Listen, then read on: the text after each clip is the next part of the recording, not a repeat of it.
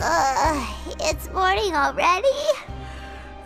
Oh, Paimon still needs more sleep. Huh? Wait, look over there! Isn't that... It's one of Linny's cards! Let Paimon see what's written on it! Maybe you haven't heard, but today is the monthly free day. Everyone has the day off today, which makes it the perfect time to do some investigating. It's been a while since we last talked. Have you been making any progress lately? Let's meet at our usual spot in the factory area before lunchtime. I have new information. Ooh, today's our lucky day. We have the day off. From the sound of it, Lenny's been making progress with his investigation. Wonder what he's discovered. We still have some time before we meet up. Let's talk with the people here for a bit more before we go.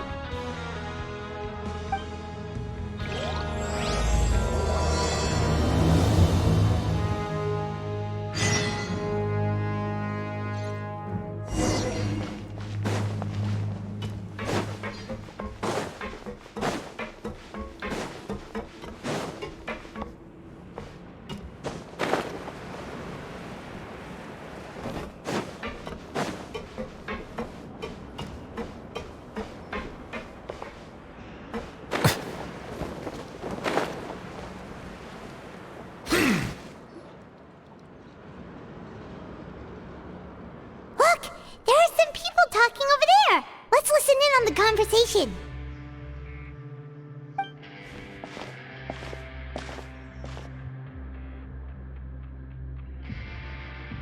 If you ask me, those pompous parasites on the surface act like they're all a bunch of aristocrats.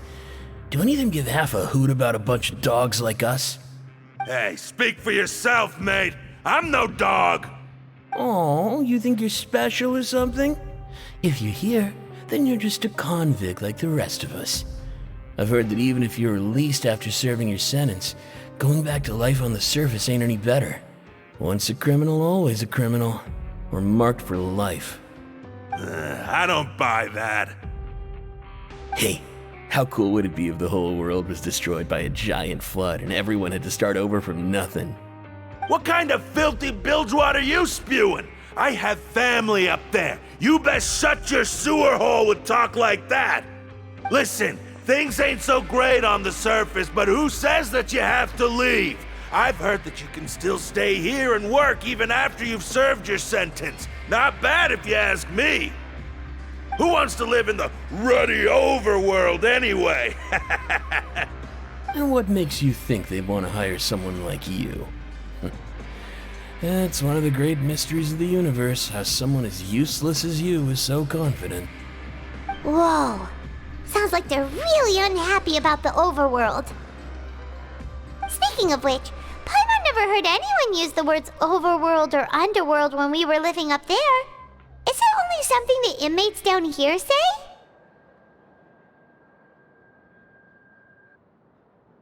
That's true.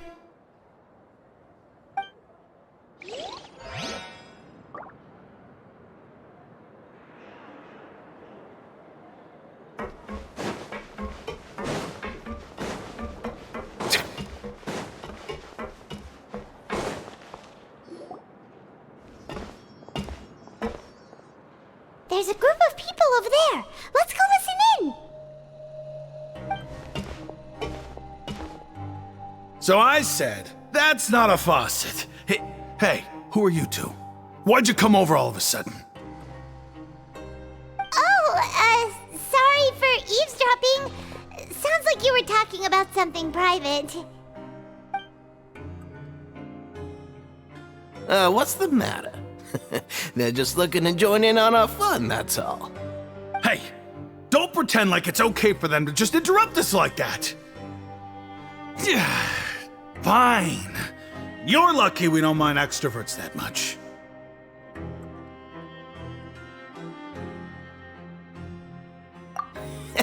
You hear that, Quisto? What nice! Your expressions tell me you're looking to hear some juicy info, am I right? But before that, it just so happens that I know you two. Really? Are we that famous? You're kidding. How often does anyone get a personal tour led by His Grace himself? Practically everyone was talking about it. Word has it that you also caused quite the kerfuffle.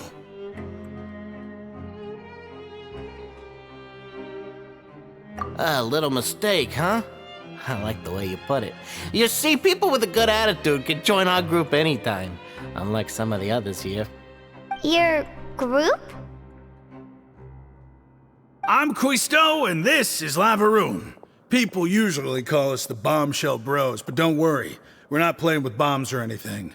It's just that our information is always so explosive, and we blow minds on the regular. So, you two really like to gossip? Whew, you sure know how to embellish. No. You don't get it. Knowing intelligence will make things better for you here.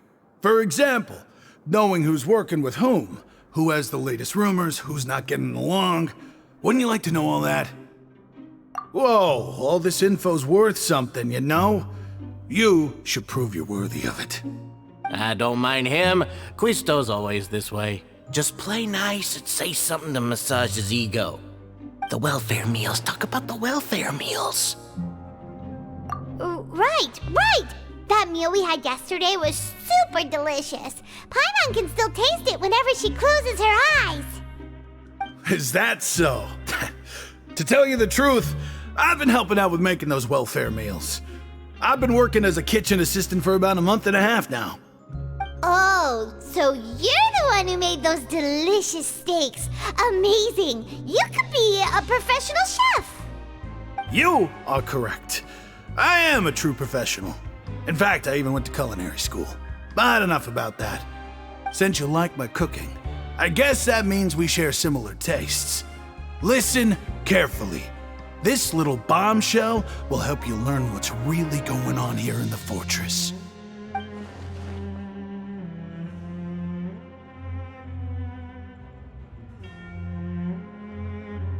Listen, kids.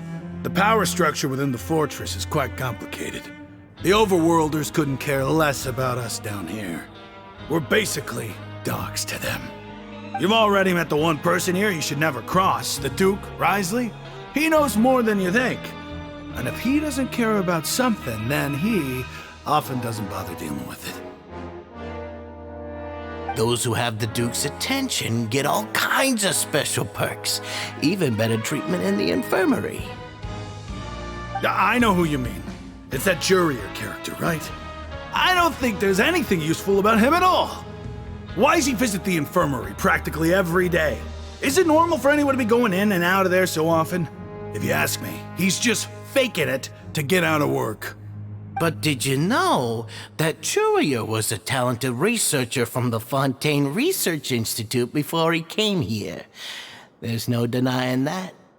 I don't care if he was a researcher that could turn dirt into Mora. Once you're in the fortress of Meripede, you're just another inmate like everybody else.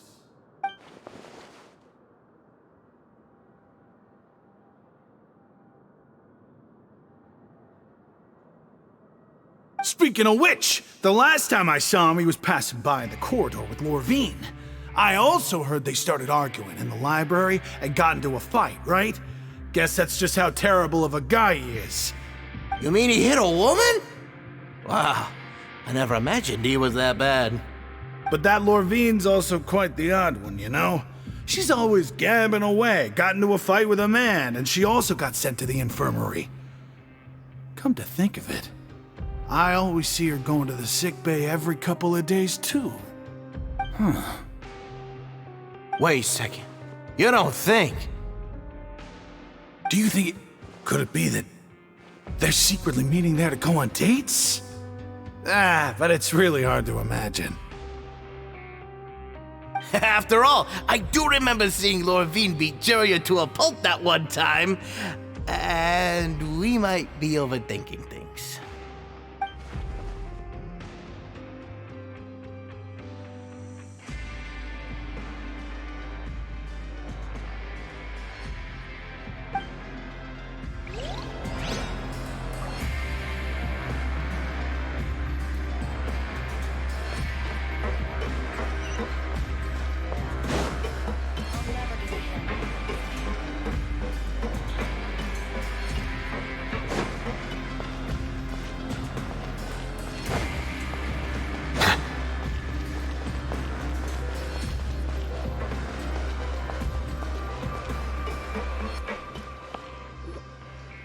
Hey, you over there! Yeah, you! Say, do you like playing card games? You know, like Genius Invocation TCG? You TCG players are like mint in the wild, literally sprouting up everywhere. Hey, come on now. What's wrong with finding fellow Invocation aficionados? Anyway, care to join me for a game? All right. No pressure. But why would you be looking for people to play Genius Invocation in a place like this? Don't people usually come here to fight? Whether you're throwing down cards or throwing punches, it's all a competition, isn't it? It's all the same in my eyes. There are lots of card players here in the fortress. When I saw you, I immediately thought, hey, even outsiders from other nations play cards, so I came over to say hi. Sure. Great! Since you've been here longer than us, you need to flex your seniority a little bit, right? Maybe you could start by telling us newcomers some stories about this place. I thought you would have already heard everything by now. All right then, did you have anything specific in mind? Or do you want me to just pick a topic? Why don't you pick? We'll let you know if we've heard it already. All right. Have you heard any strange rumors since you've arrived? Ben, did you know that there are some people who are always gossiping over in the corner? Yes, so you've already met those two. They're quite a pair. They always keep an eye out for the latest happenings and gossip about everything. I've never seen anyone with more time on their hands. I heard that they used to be a chef and a bartender before they were sent down here. You know how bartenders are, always chatting with customers. And chefs love to pass the time just hanging out when they're not cooking. Good to know. Do you have anything else to tell us? Let me think. Sounds like you want to hear something a little more tantalizing. Oh, did you know that the Duke was also a convict in the fortress of Meripede before? Huh? Wait, are you serious? That's right. The Duke was an inmate just like you and me. Seems he was exiled here for committing some crime. Who knows how he ended up rising up to become the warden, though. To go from an ordinary inmate to becoming the manager of the whole place? I'm not gonna lie, I kinda respect that. A forbidden zone? Sounds like something that someone just made up. I've never heard of that. Where did you hear about it? It's just a rumor we've been hearing, but no worries if you've never heard of it. Do you have anything else you can tell us? Anything else? Not that I can think of, but I'll be sure to tell you anything interesting I hear next time. You'll have to play a game of Genius Invocation with me first, though. Okay, we've talked to just about everyone, and it's about time for us to go meet Linny. According to the card he left us, we should go meet him in the production zone. See you later. Hey, let's play a game if you ever have time.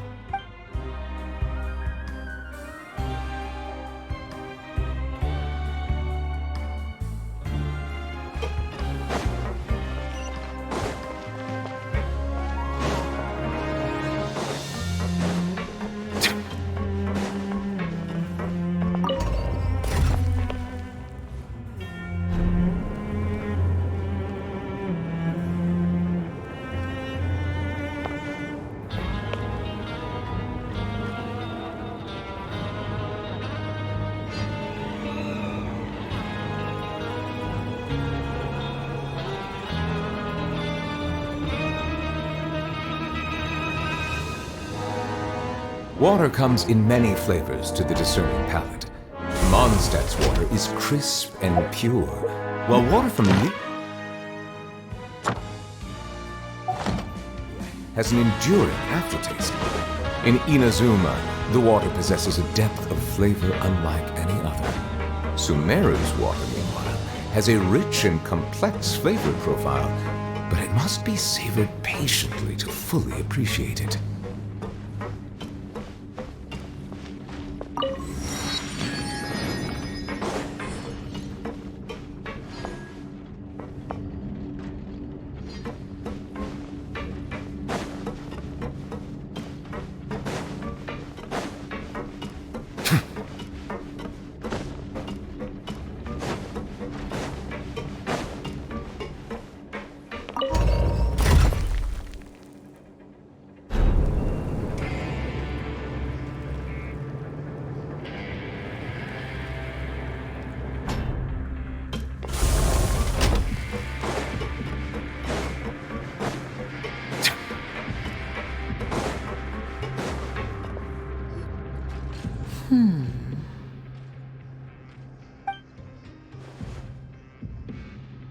Huh?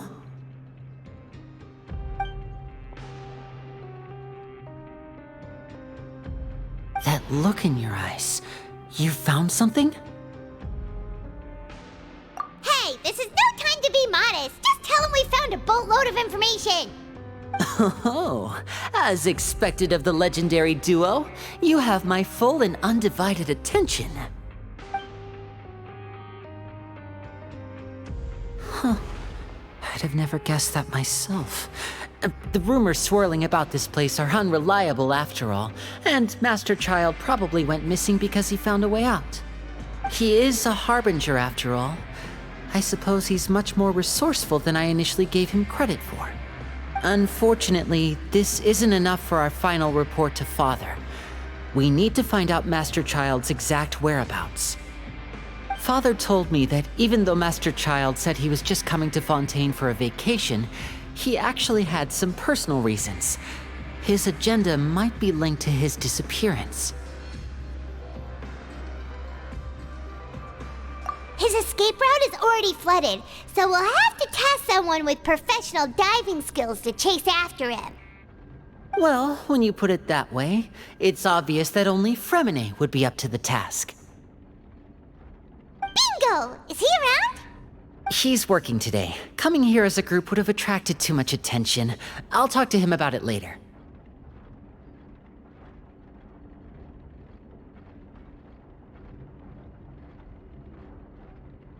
It's the least I can do. We're all in this together, so it's only fair for us to fulfill our end of the bargain. Honestly, I'm far more impressed by you guys managing to collect all this information right under Risley's watchful eyes. Collecting information has always been our strong point. Now, let me think. To find out more information, Fremine will have to retrace Master Child's original route. And if he's to do that, he'll have to set out on the next pipe cleaning day at the earliest. That's 6 days from now. And after that, he'll probably take another 2 or 3 days to return. You can even estimate how long it'll take for him to get back? We've been working together for a long time. We know each other's capabilities like the backs of our hands. Traveler, what say you to meeting here 9 days from now? We'll be able to pick up Fremine while we're at it, too.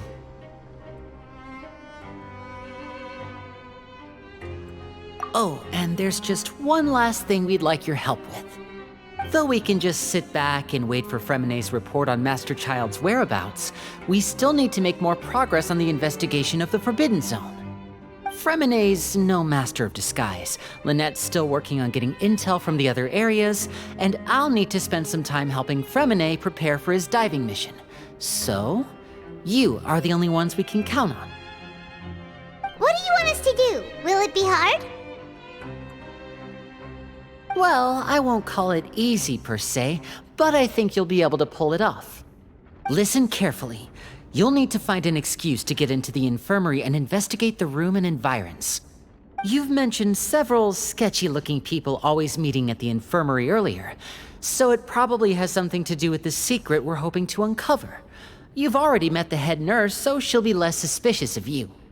Investigate the internal structure of the infirmary and any active dealings within, and pass those on to me alongside anything else you're able to discover. But also, there's no need to take risks. Don't forget, safety always comes first.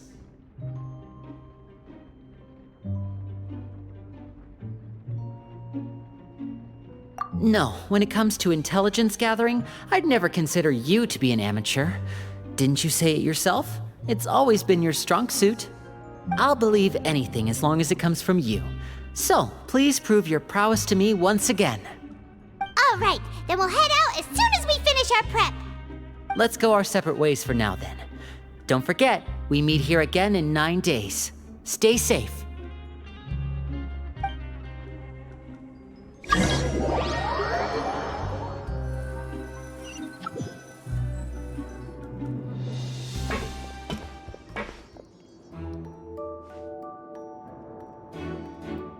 Hey, stay here for now. Paimon will take a peek. There seem to be several people inside.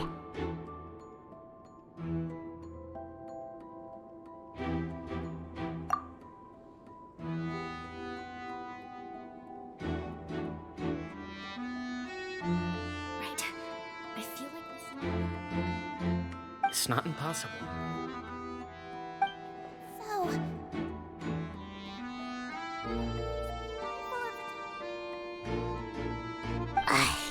It's a bit hard to understand them from here, so why don't we just try to talk to them in person? Let's go as soon as you're ready.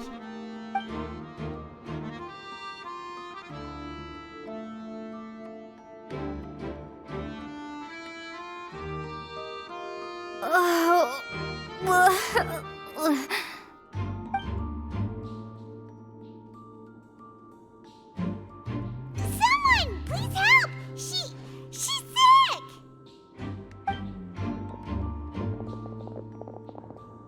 Whoa, are you okay? Oh my! What's wrong, little one? There's no need to panic. Take a deep breath before you begin. The traveler started complaining of a stomachache, and then nausea, and then collapsed onto the ground. Paimon doesn't know what to do. Freezing limbs, twitching fingers, and pale complexion. Could it be poison? Let me take a look. Please lie down over here.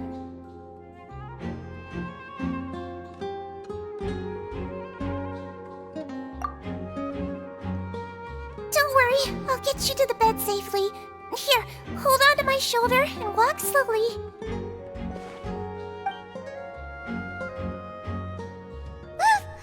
You can do it, traveler!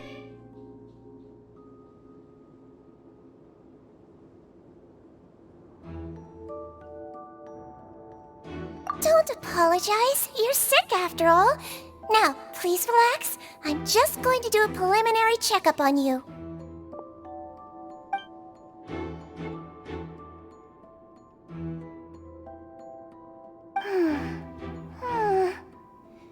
I see now. My checkup has confirmed that she's not in any mortal danger.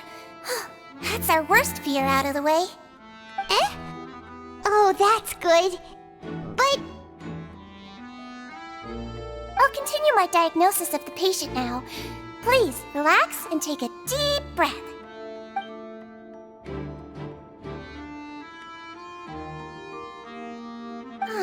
Don't sense serious damage to your organs either. Does it hurt when I press here? And here? Huh? But based on my initial checkup, there shouldn't be a problem here. How strange.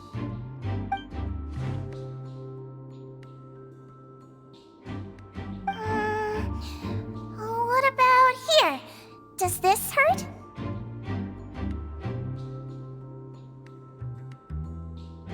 Oh, I understand. So that's what it is. I think you just ate something that disagreed with you. That's all. Nothing too serious. Outside of a pretty bad stomachache when it decides to act up. So that's what it is. Thank goodness it's not anything more serious.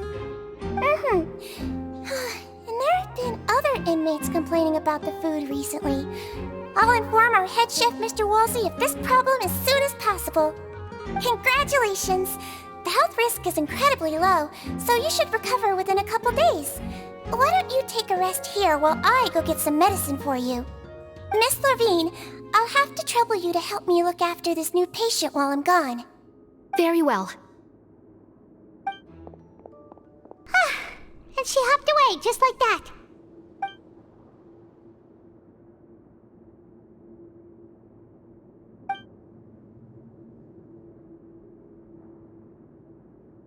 Hello. So how are you feeling now?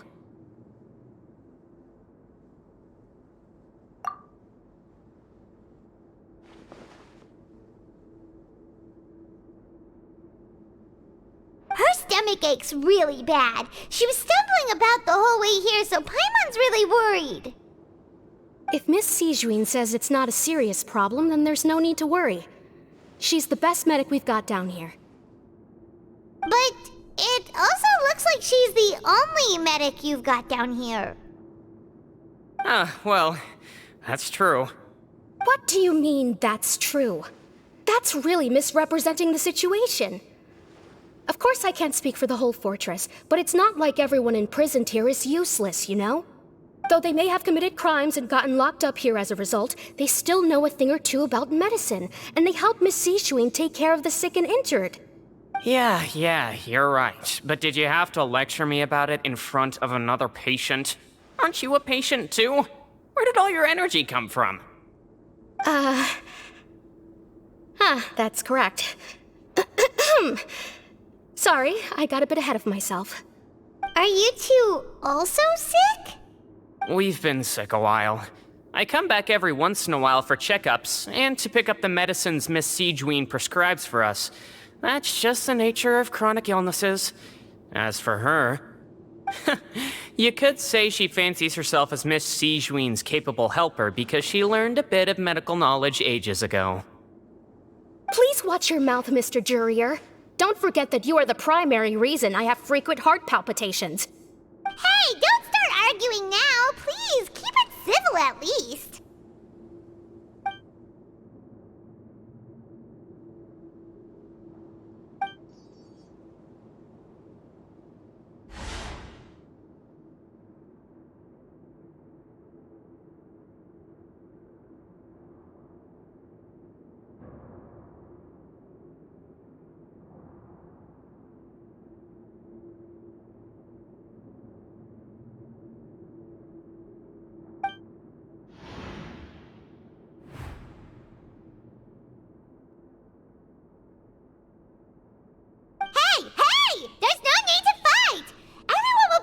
Someday, so there's no need to argue over silly things like this!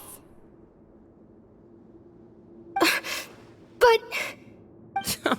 Release. It's way too early for us to even think about that. And who the heck knows if we'd even be able to continue our previous lives?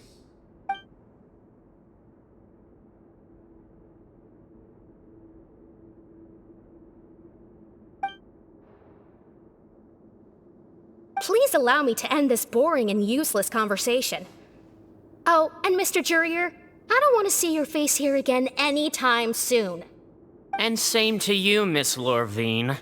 Anyway, that was more than enough rest for me, so I'm going to get out of this excessively noisy place. See you later, everyone. He just slowly walked off like that? That's just what he's like. I'm sorry you had to see all of that. I'm Lorvine, and that's... Well, his name is Jurier, but I hope you'll never have cause to remember his name. You really can't stand him, huh? I mean, can you blame me? Look, who would like someone who's as arrogant and obsessed with weird research topics as he is? But there's no need to keep dwelling on him. I'll accompany you two for a while. Miss Sishween should be back soon, and I'm sure you'll feel better as soon as you've had some of her medicine.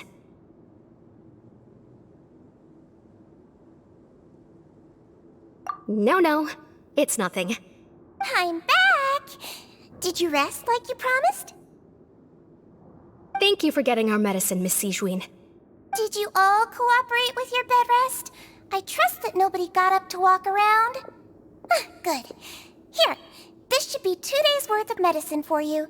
Take one pill now, and then continue your bed rest.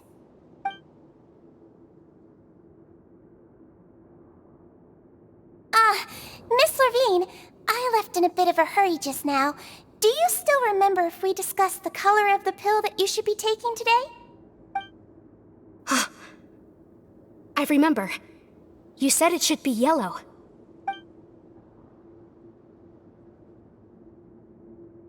Yellow, huh? I understand. These are yours. Please, make sure to go to bed early after taking them tonight. You'll benefit from a good night's sleep. All right, then I'll also be on my way now. I hope you feel better soon, too. See ya! I'm going to fill out your medical record now. You're widely known as the Traveler, right? I just want to double-check a few details, if that's all right with you. Those two made quite the commotion just now, so why don't we let the Traveler rest? Paimon can answer the questions instead. So her primary symptoms are abdominal pain, with secondary symptoms of nausea. Is there anything else? That's it. Alright then. Is there anything we should know besides to take the meds? No, her base constitution is quite good, so I'm sure she'll recover quite quickly after taking the medicine. Please, make sure to stick to bland or less stimulating foods, and don't stay up too late at night. Got it! Paimon will hold the Traveler to that for sure.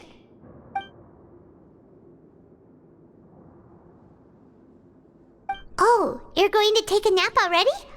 Okay then, you get some rest.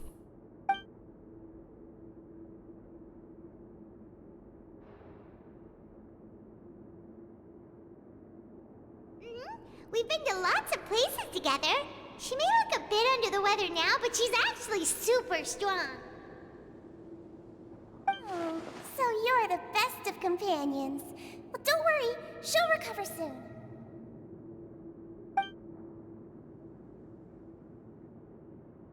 Ah, you're awake. How do you feel? You slept for a really long time, but we never left.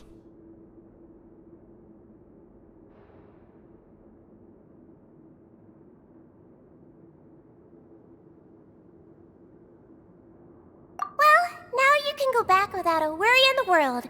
Remember to take your meds regularly, and remember bland foods. Thank you, Miss Sijween.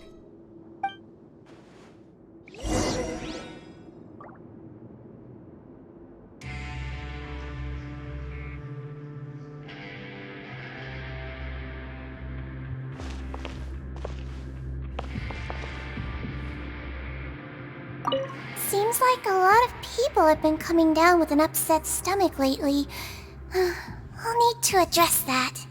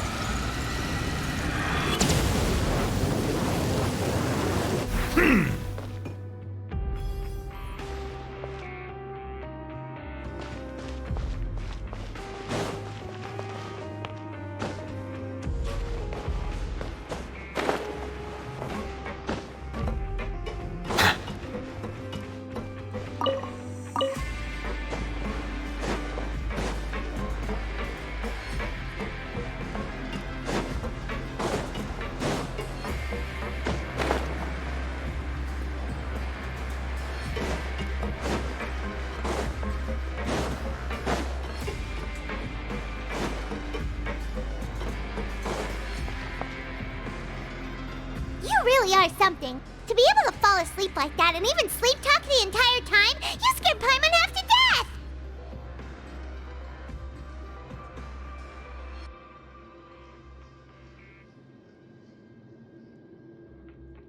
No, but you kept mumbling things along the lines of, Pyron, don't take my grilled fish, and put down the Adeptus Temptation now! Paimon talked with Sijween the entire time you were asleep. She seems like she's just a sincere nurse, and Paimon didn't notice anything unusual in the room. Are you sure we're not going off track with the infirmary?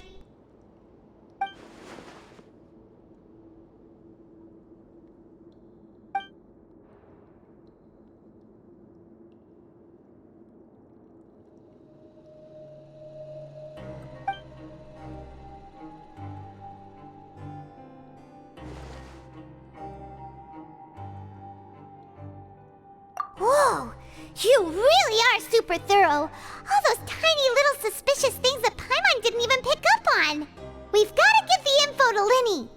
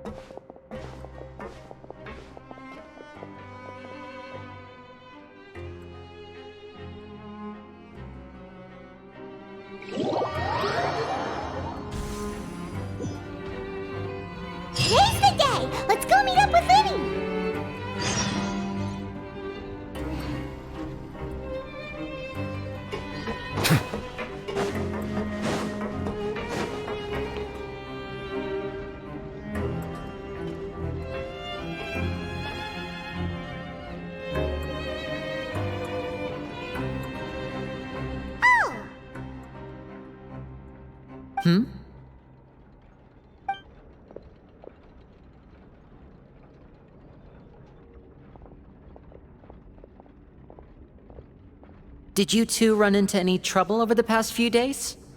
No, we just worked our shifts according to the schedule. Nothing weird happened. That's good.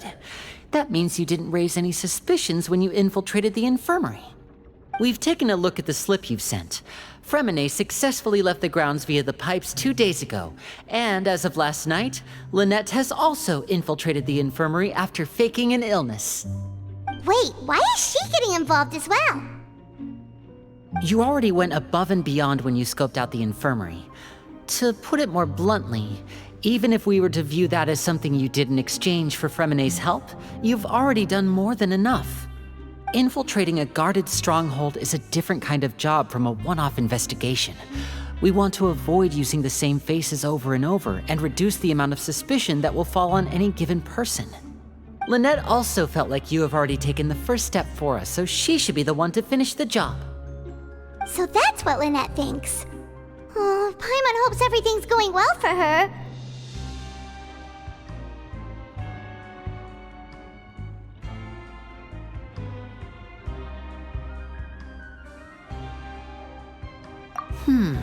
Perhaps that's true.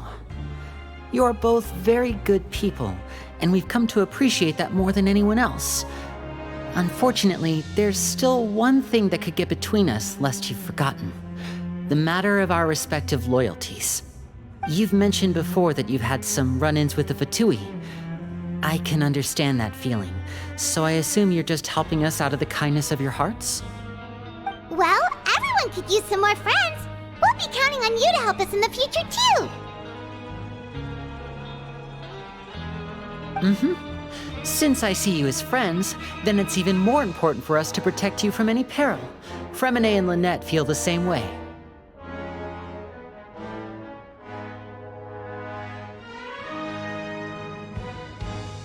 Glad to hear it. Then, let's go check on Lynette before Fremine returns. If everything went well, then she should be wrapping up her investigation right about now.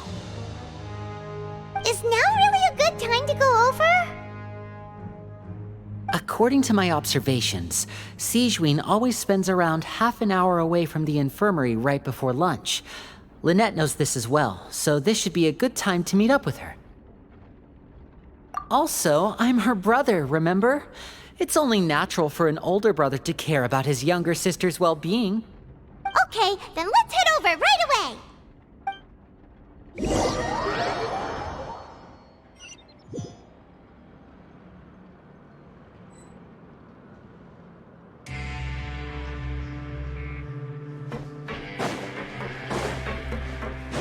Kids these days, you just can't.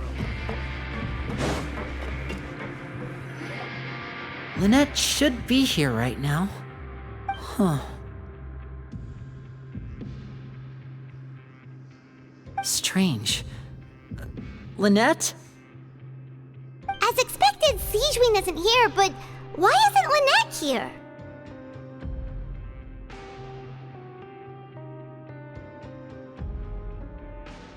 No, Lynette rarely deviates from the plan. We agreed that if she were to make changes on the fly, she'd find a way to let me know. Unless... Let's see if there are any clues around here. We can look while we wait for her. Who knows? Maybe she'll be back soon. Okay.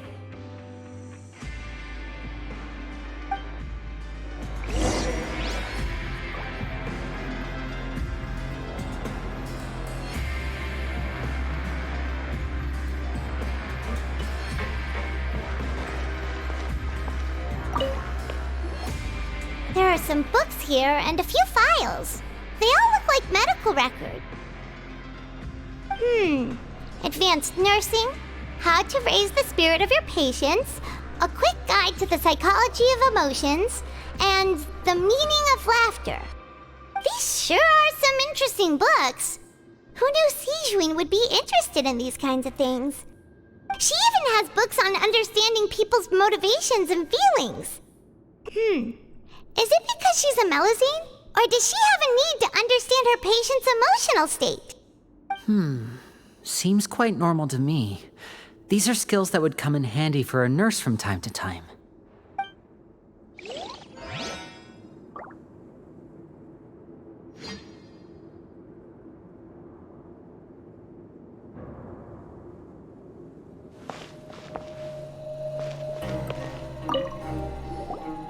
None of the beds have any signs of having been slept in, except that one over there. That's the one Lynette must have used, right? You said she was pretending to be sick. She would have said her migraine was having a particularly bad flare-up. Generally speaking, the head nurse would then ask her to lie down and rest, while she left to retrieve the medication.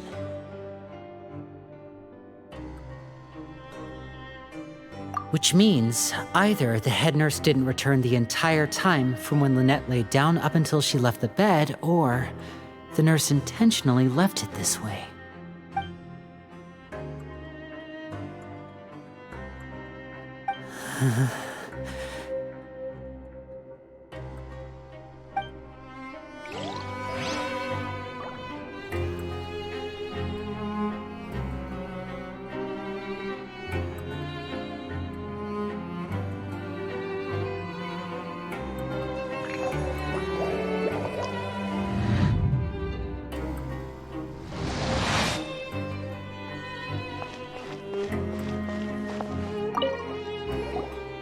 Ah, this is it! We saw it before!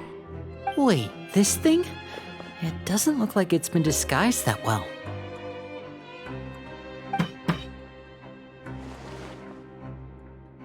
The space behind it is empty. From its size, I don't think it's an entrance that is meant to be taken apart. There's probably a mechanism around here somewhere. Could Lynette have tried to get inside? But if that's the case, she would have contacted me for sure.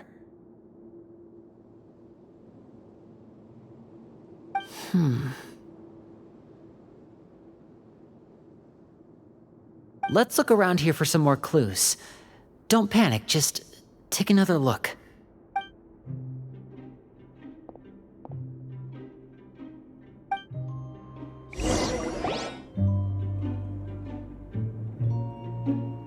Hey, you guys, there's a slip of paper over here! A slip of paper? It's right over here, and there's a bunch written on it too. It reads, "Out of respect for your usual practices, I'll use a piece of paper or card as the medium to pass on my message. You may consider this as me giving you my best regards." This is... Is that all?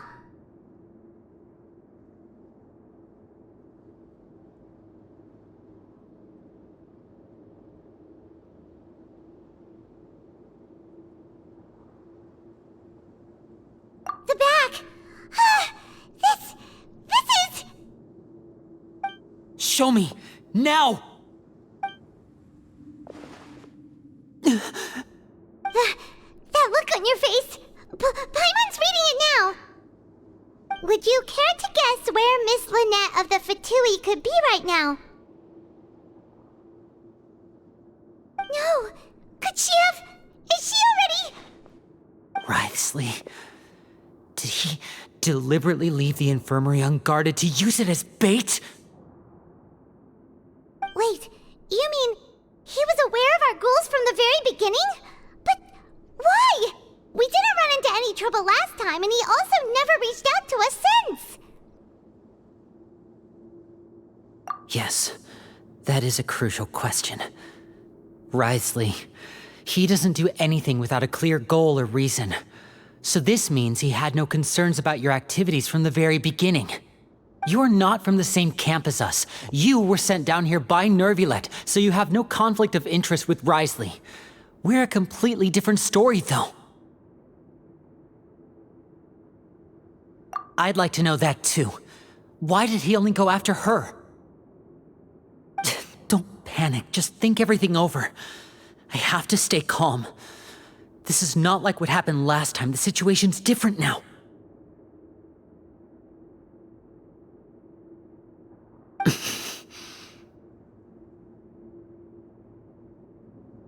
Wait, you're right. Wait, but that means...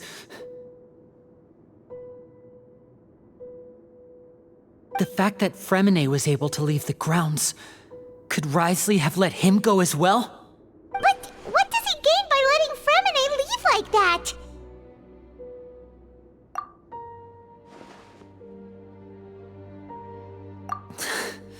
So he's challenging me and trying to provoke me, I'm sure of it.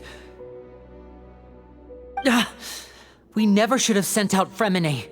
We had to go through all that trouble to find an opening to sneak him around the guards and into the pipe, and we even thought luck was on our side. If Wriothesley let him leave on purpose, then he's probably in a terrible spot now as well. Lenny's getting more and more panicked. We have to calm him down. Don't be like this, Lenny. Fremine wouldn't have left if we hadn't told you about Child. That was our fault. No. I'm the leader of this operation, and I'm the one responsible for this team. I was the one who failed to protect them. I'll go talk to Wriothesley. Hey, don't be reckless! Traveler, please talk some sense into him. I simply cannot allow Lynette to be abducted again. I have to go. I'll find a way to get them back. He's rushed out the door! After him!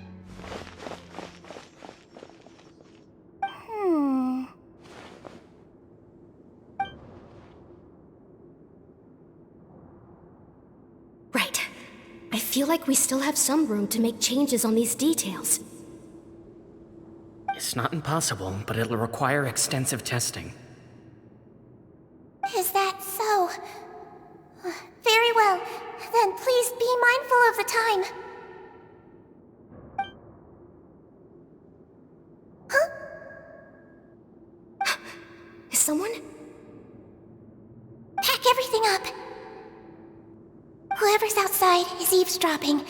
They'll probably come in once we stop talking. Someone! Please help! She's sick!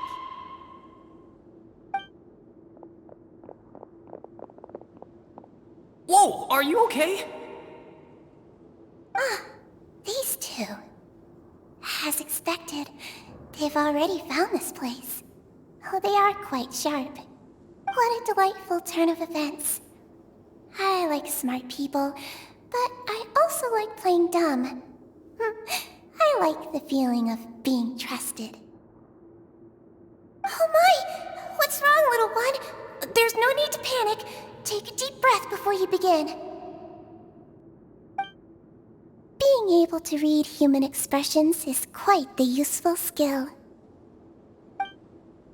Wait! Wait! It's no use. We have to catch up to him.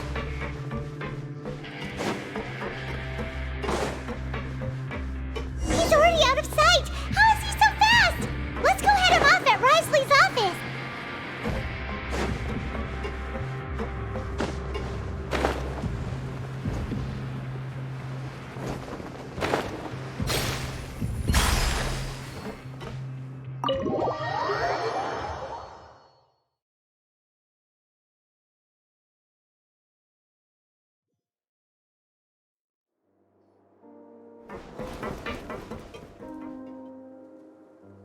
Come out and face me, Wriothesley! Aren't we at an administrative office space?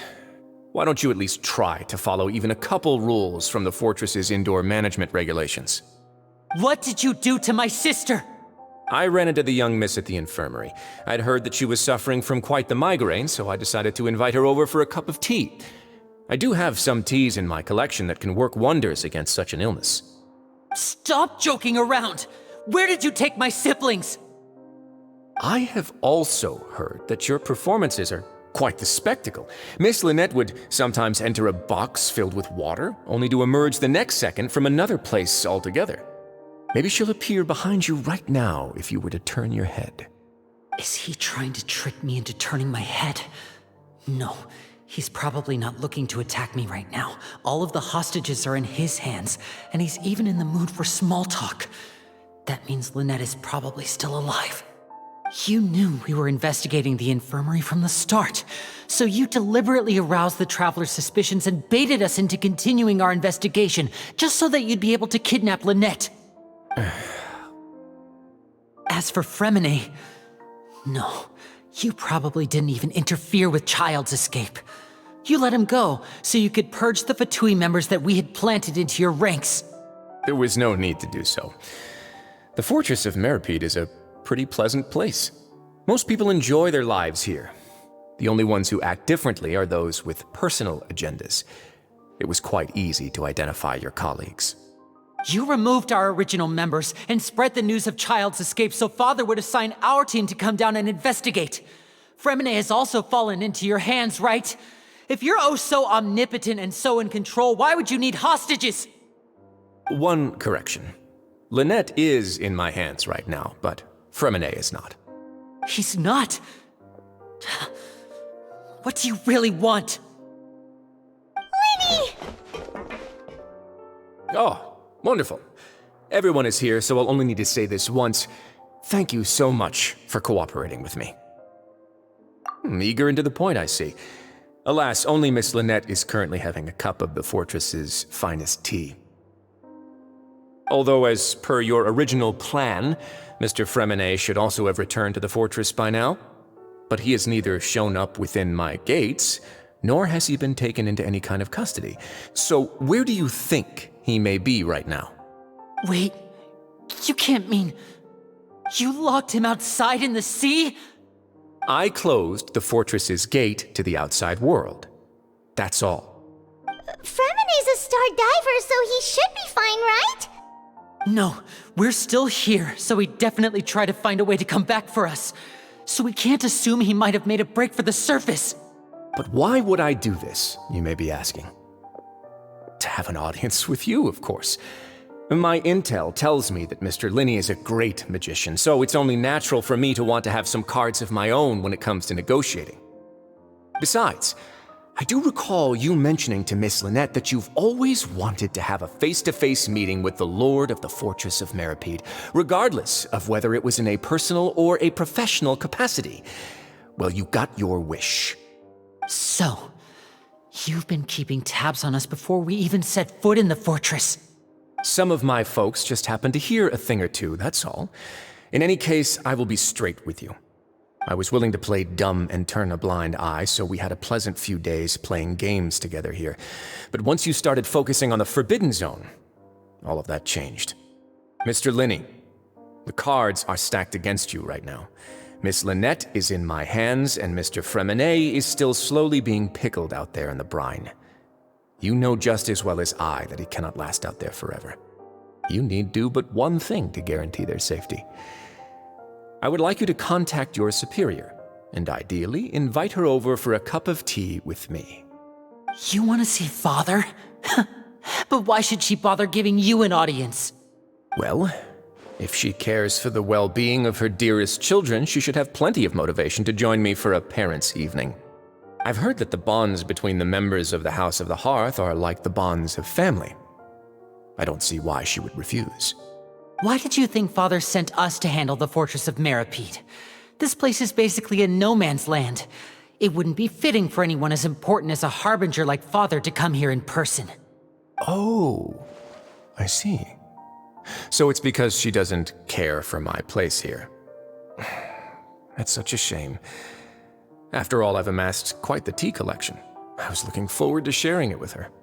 Both Monsieur Neuvillette and Lady Farina have already received many samples as gifts.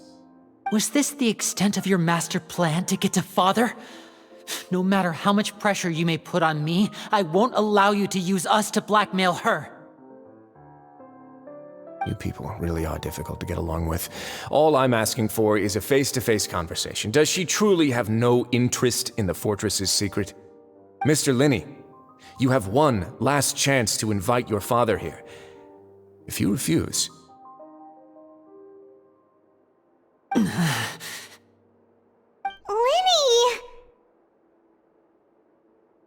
Instead of asking why I'm doing this, why don't you try to see things from my perspective for a second? From the very beginning, the Fatui has been actively infiltrating my fortress. I gave you a warning by cutting off the first few operatives I found, but that only caused you to double down. Had you given up on the fortress then and there, I'd have no reason to want to talk. Mr. Fremenet left the fortress on his own, and Miss Lynette tried to pry out my secrets right in front of me. No matter how you look at it, the responsibility for this falls on you. I shouldn't ask Father to do anything because of us. 6, 5, Wait, 2, 1. Time's up. It really is a shame, Mr. Linney. Risley! Negotiations have broken down. Please leave, ladies and gentlemen. It's time for my afternoon tea. Yeah, listen to the Traveler. If you can't talk to Linny, can you at least talk to us? You do realize that I'm only letting you go because of Neuvillette, yes? You're here helping him out, and I've already done my best to stay out of your way. But that doesn't mean you can just do whatever you want. The fortress may be small and remote, but it still has its own set of laws.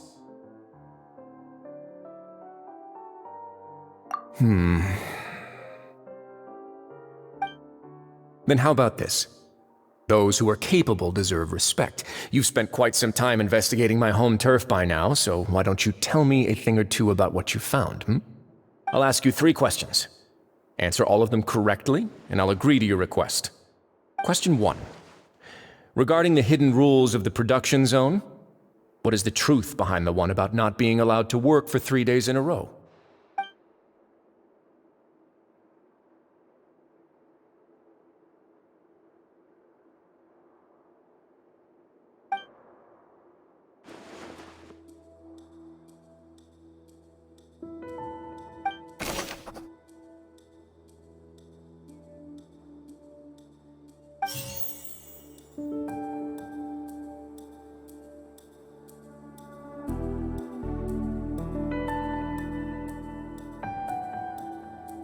I've been told that the infirmary is always empty for the half hour just before lunch. But what could Sijuin be doing during that time?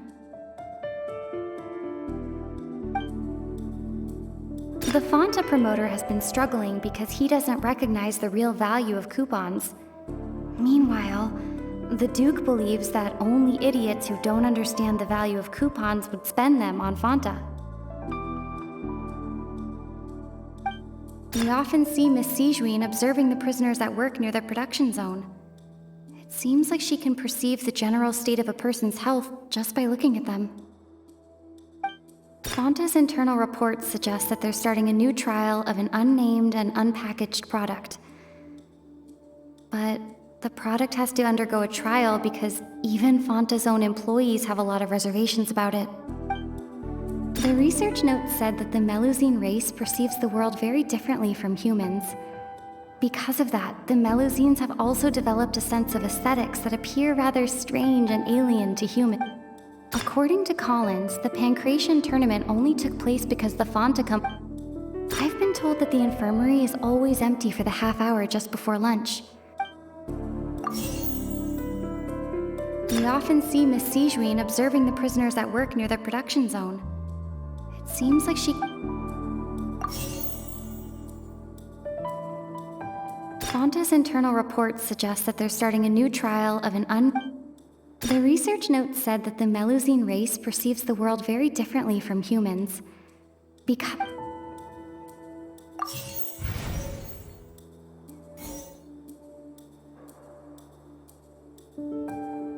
According to Collins, the Pancration tournament only took place because the Fonta company sponsored it. We often see Miss Sijuin observing the prisoners at work near the production zone. Fonta's internal reports suggest that they're starting a new We often see Miss Sijuin observing the prison...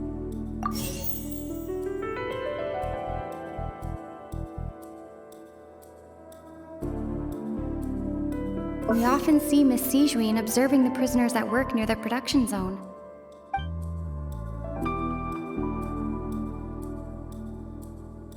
Fonta's internal reports suggest that they're starting a new trial of an unnamed and unpackaged product.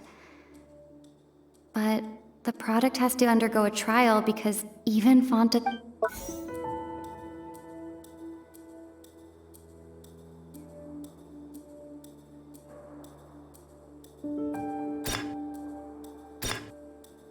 The Fonta promoter has been struggling because he doesn't recognize the real value of coupons.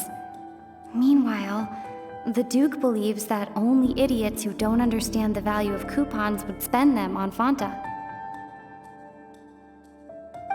According to Collins, the Pancration tournament only took place because the Fonta company sponsored it. The company... I've been told that the infirmary is always empty for the half hour just before lunch.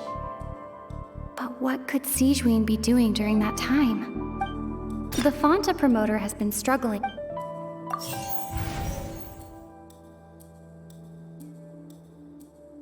Fonta's internal reports suggest that they're starting a new trial of an unnamed and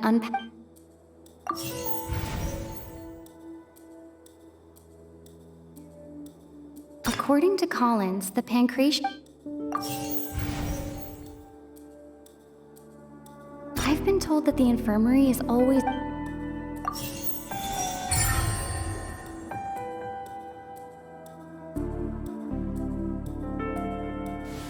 So that's what's going on. Paimon understands it now. Who would have guessed? The hidden rule of the production zone. People are not supposed to work 3 days in a row, and if they do, they'll get strange meat in their welfare meal. At first we thought this strange meat must have something to do with the people who disappeared, but in reality, they were all prepared by Sijuin, the head nurse. She often visits the production zone to observe the workers' health and makes a note of anyone who has worn themselves out after 3 full days of work. Out of her sense of duty as the head nurse, as well as her genuine concern for the workers' health, Sijuin visits the cafeteria right before lunch and cooks an extra dish for those who can use the stamina boost. Sijuin has only the best intentions with her surprise gift and doesn't want anyone to find out about what she does. However, unfortunately, Melusines as a race perceive the world differently from humans, and their sense of aesthetics is even more alien to us. The recipients of her lovingly prepared special meals cannot taste the care within and usually just freak out. Are we on the right track? Not bad. You've uncovered Sijuin's secret and even guessed her intentions correctly as well. It's nice to know that her efforts have not gone unacknowledged. All right, now for my next question. There are also some hidden rules in the Pancration Ring, including the one that you're not allowed to support both sides of a fight. Why is that?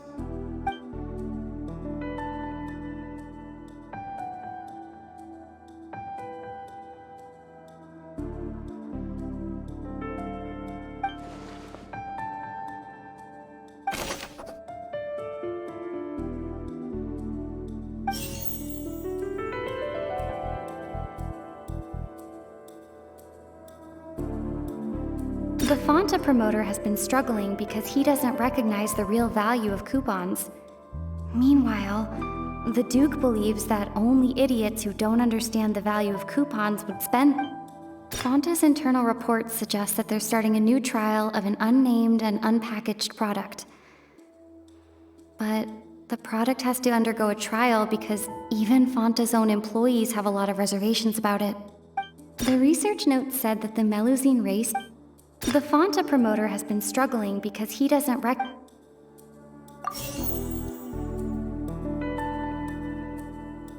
Fonta's internal reports suggest that they're starting a new trial of an unnamed and unpackaged product. According to Collins, the Pancration tournament only took place because the Fonta company sponsored. Fonta's internal reports suggest...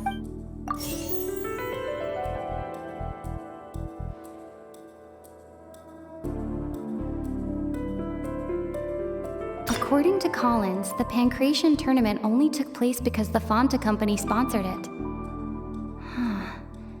the company must want to The Fanta promoter has been struggling because he doesn't recognize the real value of coupons. Meanwhile, the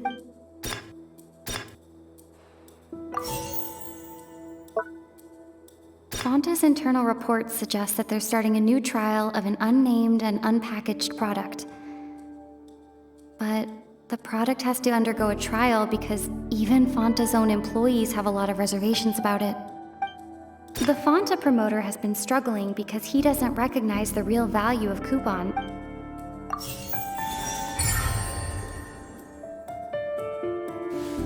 Paimon gets this rule too now, so there really was nothing to be afraid of. That hidden rule of the pancreation ring is about how, people are not supposed to bet on both boxers at the same time. And if they do, they'll receive a package containing a strange, blood-colored liquid. People get scared when they see it because they've subconsciously begun to associate it with the missing boxer. But really, it's just a bottle of the latest yet-to-be-named and packaged new Fanta trial product. A blood-red drink. It's no wonder even Fanta's own staff were questioning the company's decision-making. The company, facing backlash from its own staff, decided to try to trial the product on a smaller scale to see how it might be received by customers. They came to the fortress of Meropide and offered to sponsor the Pancration tournament so they could push their new product. But the Duke completely refused to even entertain the idea. The Duke, knowing how valuable coupons are in the fortress, knew that only total idiots who didn't understand their true value would bother buying a Fanta product here. And so, only those who proved their stupidity by being dumb enough to bet on two opposing sides of the same match were selected to receive the drinks. I acknowledge the effort you've put into bringing the truth of this mystery to light. Although, based on your description, that Fanta promoter is a bit too careless with his words, I may just reconsider my collaboration with the company. All right, and here's the final question. What's the secret behind our head nurse and all of her patients in the infirmary?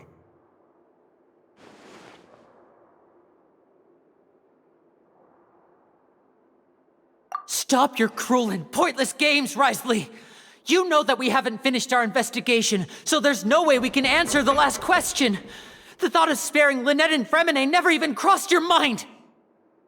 You'll pay for this! Ah! Lenny, are you alright? Oh, close one. I owe you, Sigewinne. That was a fantastic shot. It was nothing, Your Grace. Sigewinne? Though this gun may look like a toy, it's actually fully functional, as I just demonstrated. Sigewinne... You...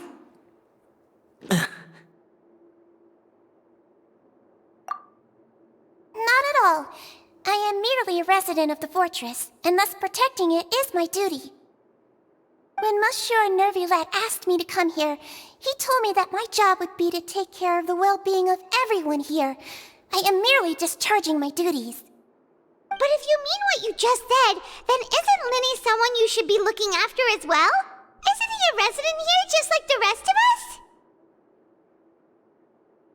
But I really am just doing what Monsieur Nervulette told me to do. Everything I did, I've done to protect them. Had I not, they would be in far more dire straits right now. His Grace knows it too, right? Your Grace? Mind proving my innocence to them? My dear Sigewinne, whatever shall I do with you? Would it have killed you to just wait another minute or two? Well, it's nearly time after all.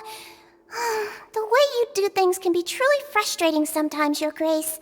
I figured I should try to talk some sense into you. What are you talking about? What time? Take me if you want. Let them go. How touching. Can you just give me one more minute? Don't be like that, Your Grace. All right, everyone, calm down. 2 more visitors will be arriving any time now. I'll go get a cup of tea. Miss Siegewein, I leave Miss Lynette in your care. You... What are you doing? I believe I hear footsteps.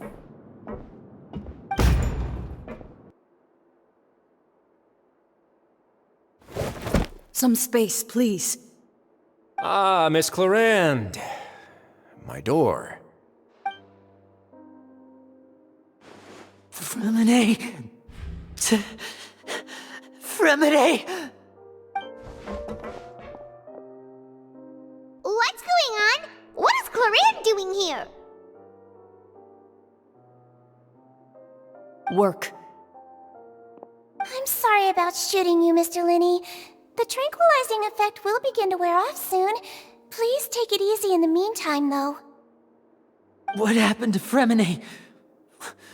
Wasn't he diving just outside of the fortress? Why is he looking like this?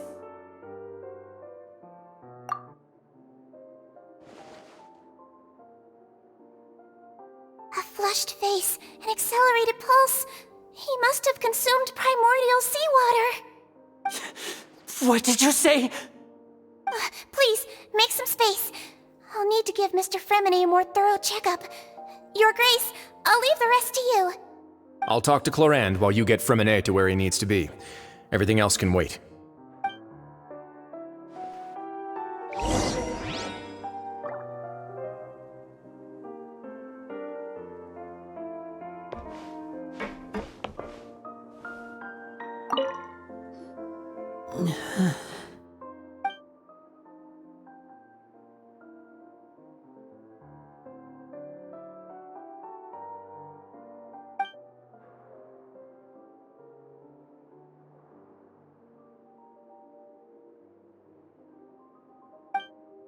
How is he?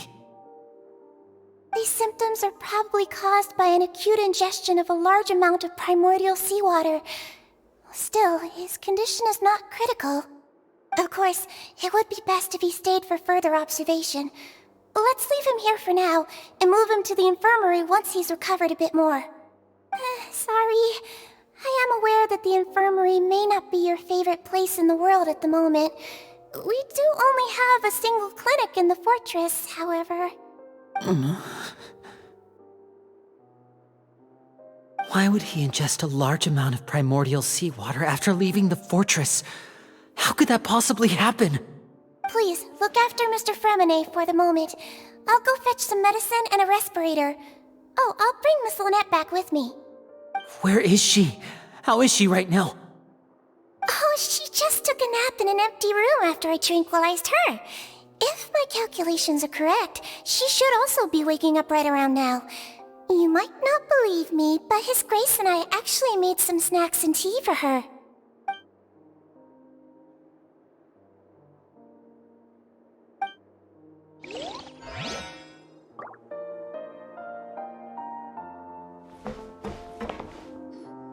What's that look on your face? I thought I made good time on the way back.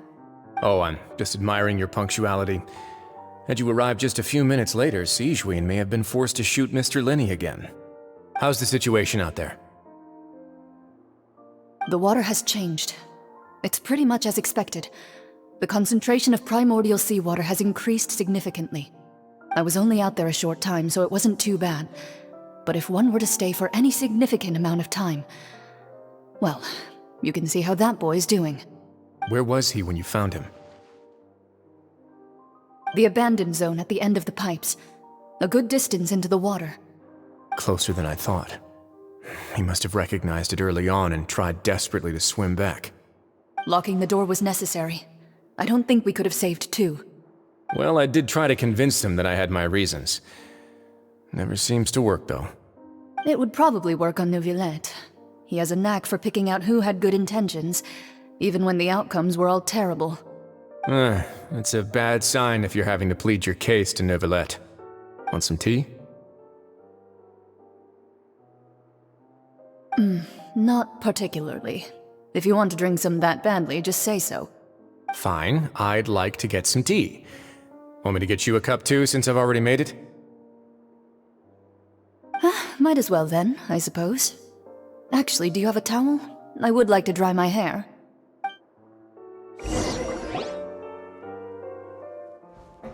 Linny, are you okay?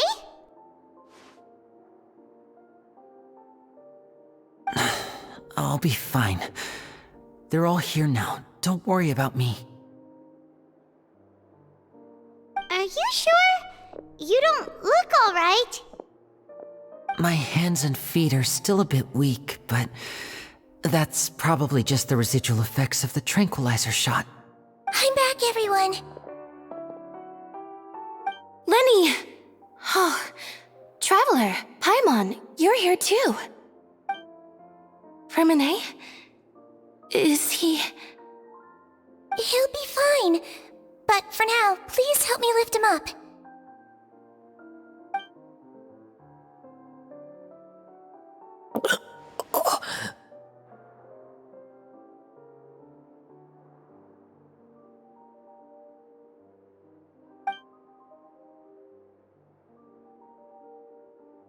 His breathing's beginning to slow down. Give me a hand and help me get him to the infirmary. Yeah, I'll take him from this side. Lynette, together? On it. Traveler, you seem pretty worried about him. Want to come with us?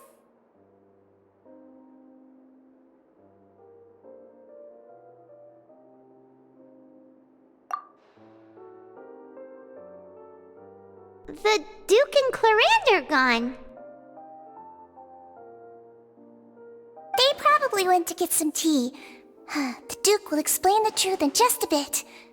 Miss Clarande will need a break, since she only just returned from rescuing Fremine out of the sea.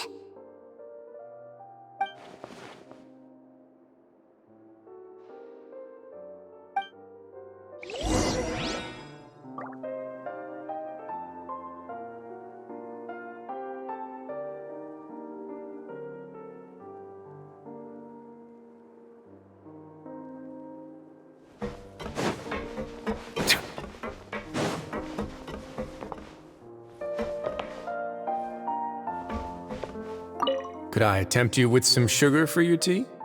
No need.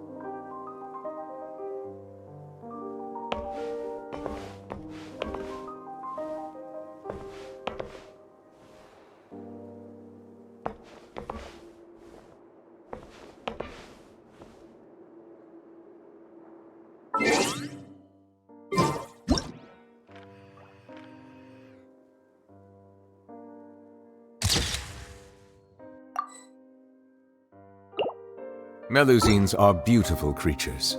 They are the pride of Fontaine. Be sure to befriend them and cause them no harm.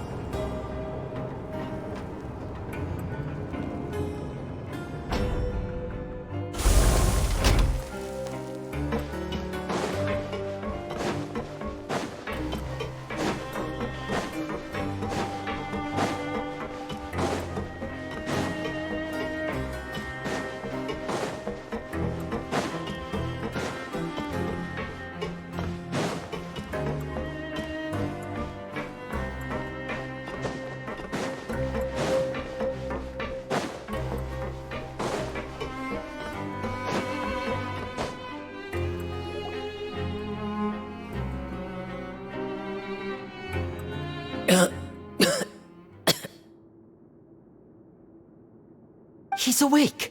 Fremine, how do you feel? Lynette. We're all here. Where am I? The infirmary, at the Fortress of Meripede, Mr. Fremine, and you are no longer in any danger. How do you feel? Don't push yourself if you're not feeling up to it. Traveler. Paimon. It's been so long. The sea. There's something wrong with the seawater. Shh, it's okay. We can talk about it after you've recovered. No, listen to me. This is really serious. There's primordial seawater mixed into the regular seawater. I don't know why it's there, but no one should touch it. Pipes. Right, the pipes. It's all coming back to me now.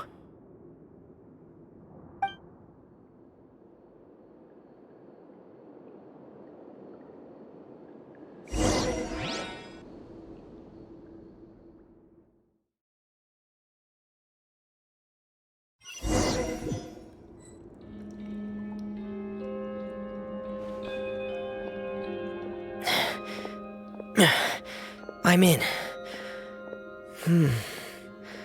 Seems like this pipe hasn't been used in a long time. It looks abandoned.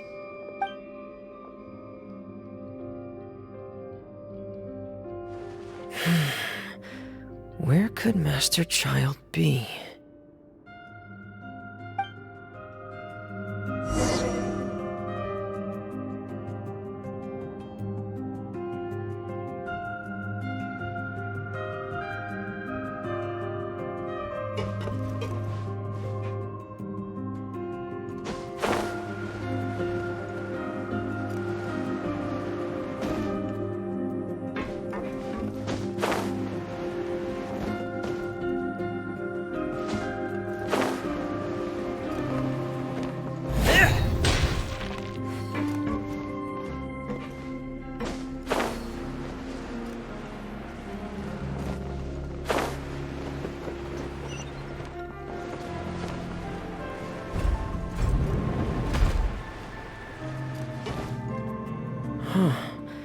This mechanism looks like it's been tampered with. Could he have done it?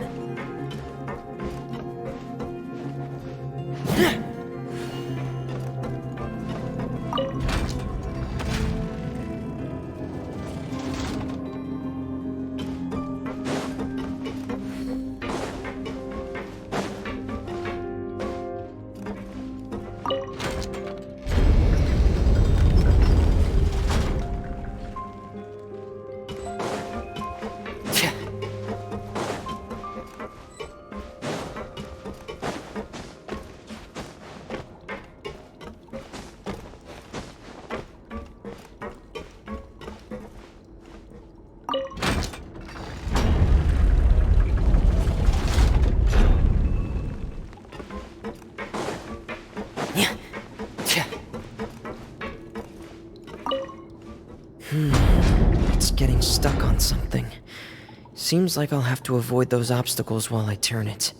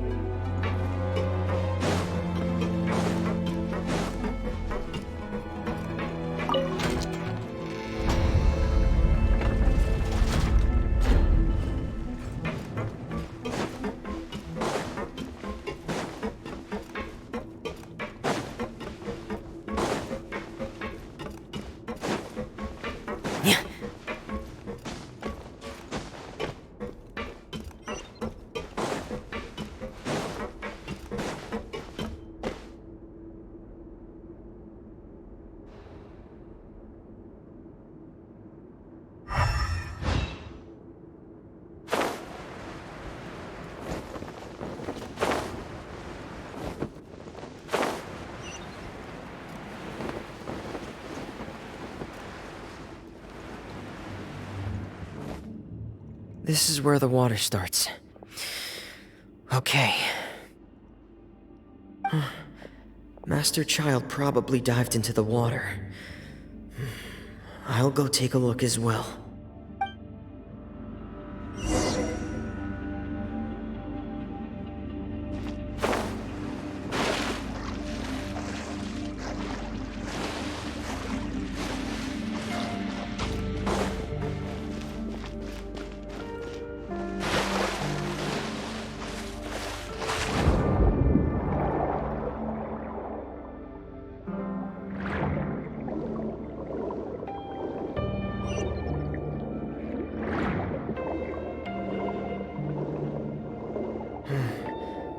The vegetation here is a bit more sparse.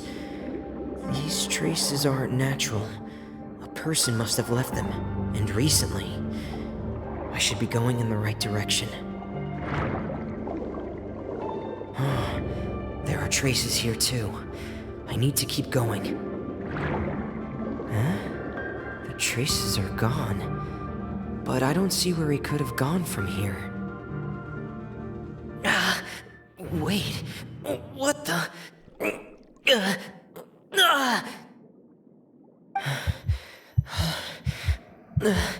My heart is racing, and it's getting harder and harder to breathe. What's going on?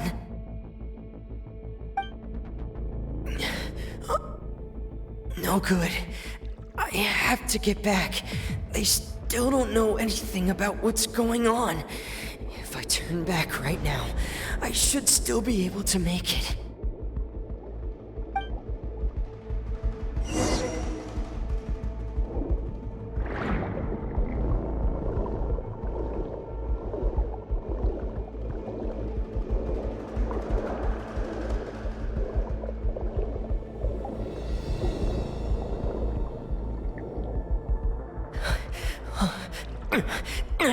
I can't die here.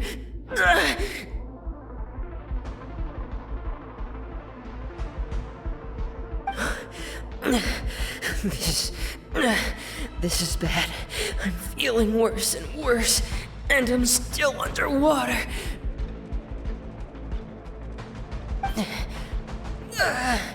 I have to push on.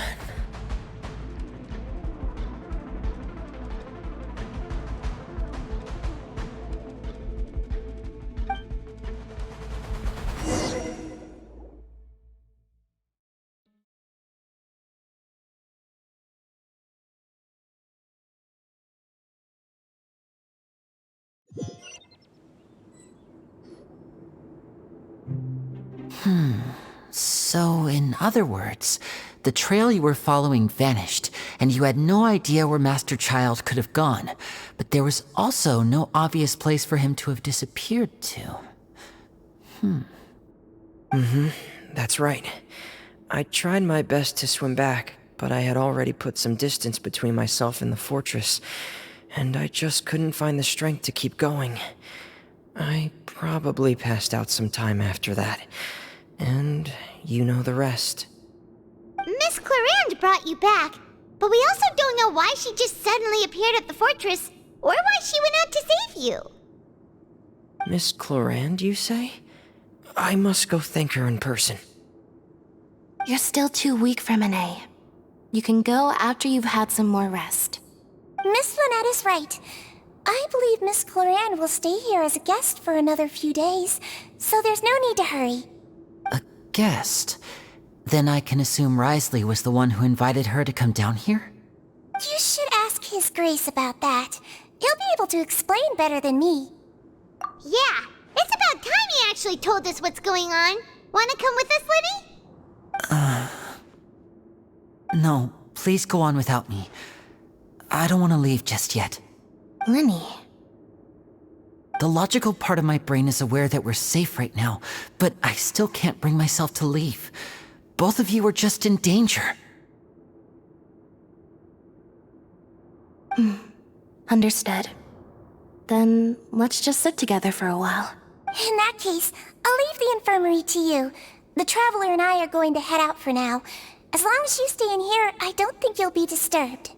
Thank you.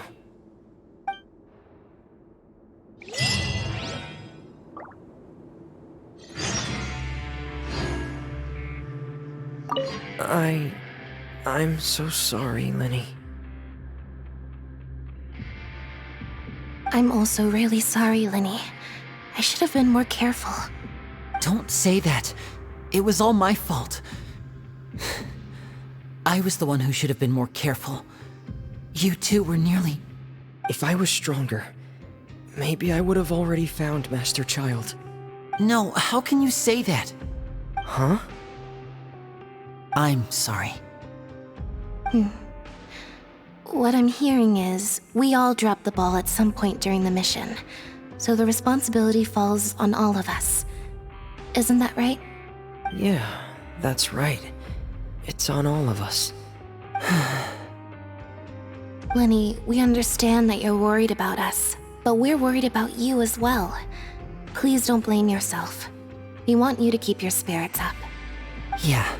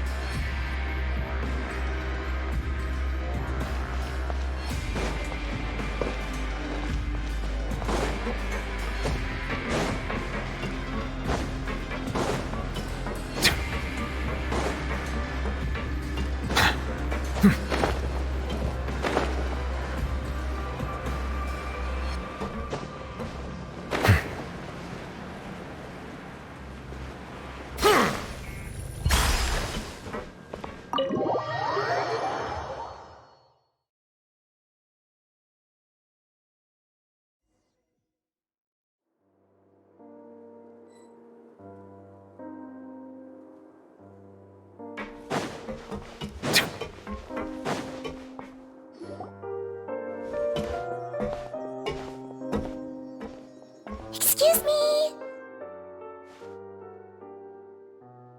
I take it Mr. Fremenet's condition has stabilized? Of course. I wouldn't have left the infirmary otherwise.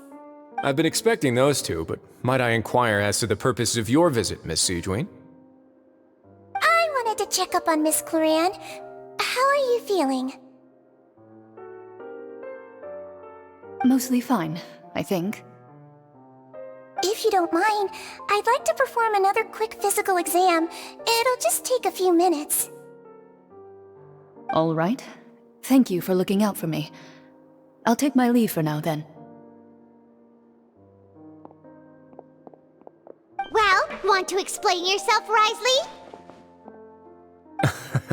Of course, but I'm not partial to the word choice of explain. How about enlighten? Where should I begin? How about you start by asking me any questions you have? You can start with whichever one you'd like to get answered the most. Then Paimon will begin. Did you know about Lenny's goals from the very beginning?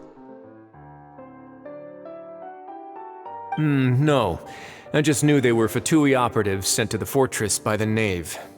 As for their specific goals, I only figured those out as you made progress on your investigation. You managed to monitor and stay ahead of them even though you didn't know what they were trying to do? They came here with ulterior motives. I'm quite adept at discerning what that kind of behavior signals.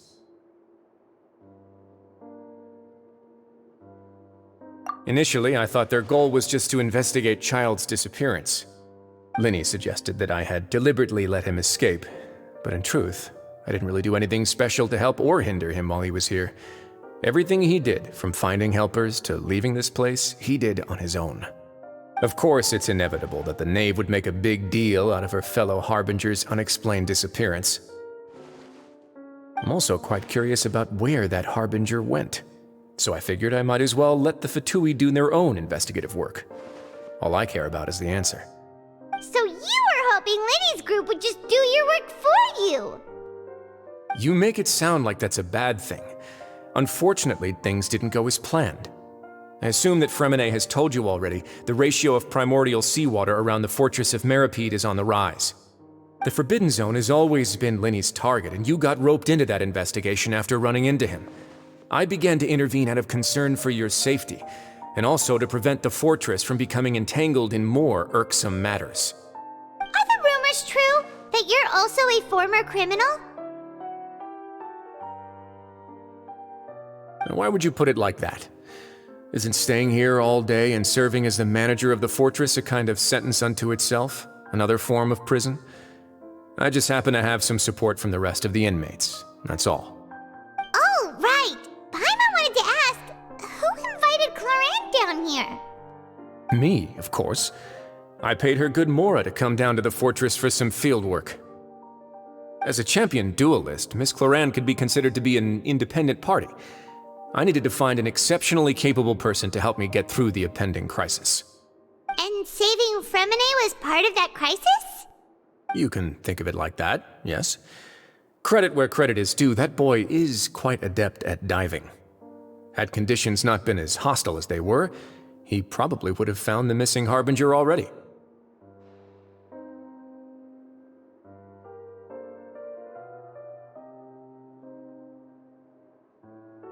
That's not something you should be asking after.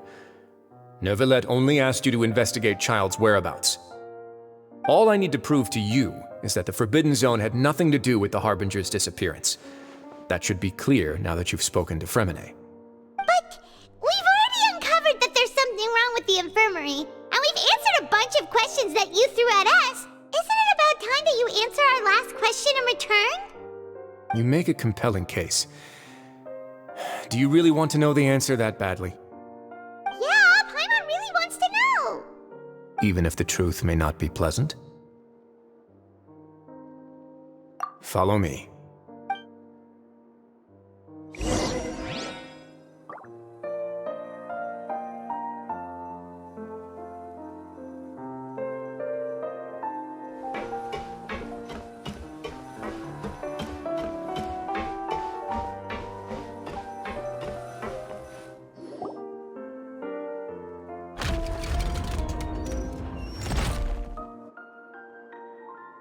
There's a hidden door here?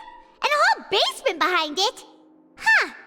You're pretty good at hiding stuff, Risley.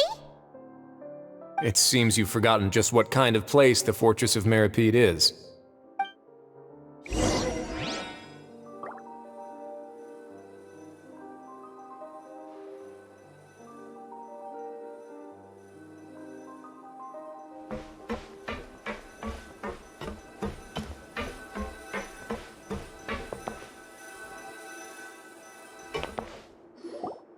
Stand on the central plate. Wait, is there a secret mechanism or... Whoa!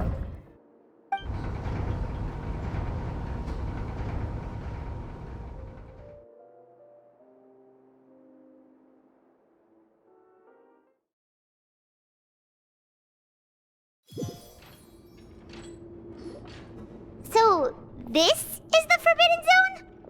Honestly, for a place so well hidden, Paimon sure doesn't see anything special. What a huge door! There are 3 such isolation gates in total. Generally speaking, I'm the only one who's allowed to go inside. Hence the name Forbidden Zone. Am I correct to assume you're going to run on back and tell your little Fatui friends everything? Well, Paimon wasn't thinking of keeping anything from them. Well, I'd advise you wait until you've seen the whole truth of this place for yourself before deciding whether or not to tell them.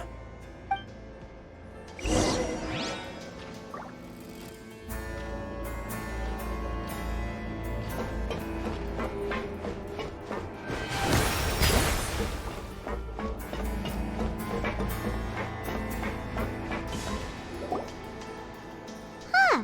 So there's a switch on the side. Stand back.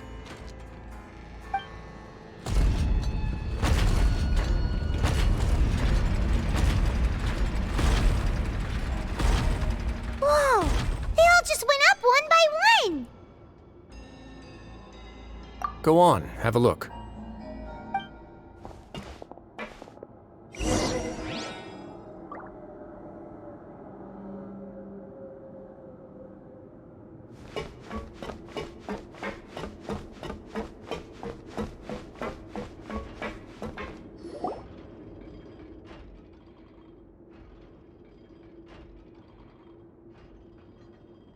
I've been interested in what lies beyond that gate ever since I assumed leadership of the Fortress of Meripede. Of course, it would be unwise to recklessly open it, but it'd also be risky and negligent to simply ignore any potential danger that could be behind it.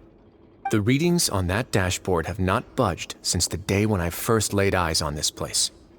But over the past year, the needle has crept upwards from its original position, likely because some parameter it's been tracking has changed, if only infinitesimally.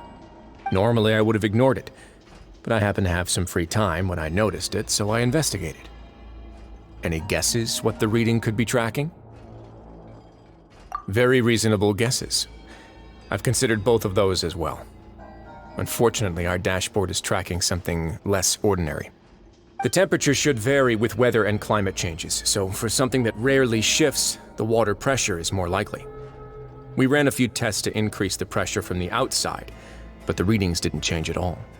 Later on, a few more possibilities occurred to me, such as a potential connection with the primordial sea. I began to make a few preparations based on that hypothesis. Over the past few days, the needle has moved again. With that, and the symptoms that Fremine displayed after leaving the fortress, I can now confidently conclude that the readings represent the concentration of primordial seawater in the seawater nearby. The concentration of primordial seawater? But we're already under the sea! And that is precisely the problem. We're at the bottom of the sea, and now we're surrounded by toxic seawater. Somehow, primordial seawater got mixed in, and the concentration is steadily rising.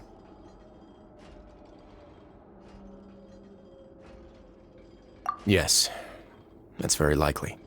But forget about the two of us! Not even Novelette knows where the primordial sea could be, much less where we could find and plug a leak. Oh. Oh!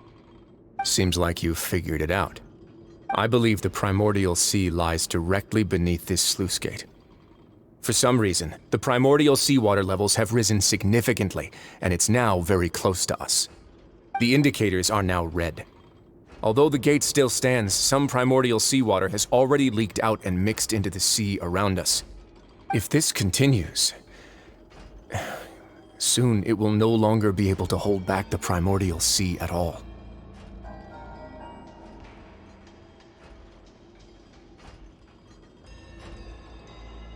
Yeah, you know what the legends say. If this place falls, then everyone in Fontaine will be turned into puddles in the span of a night.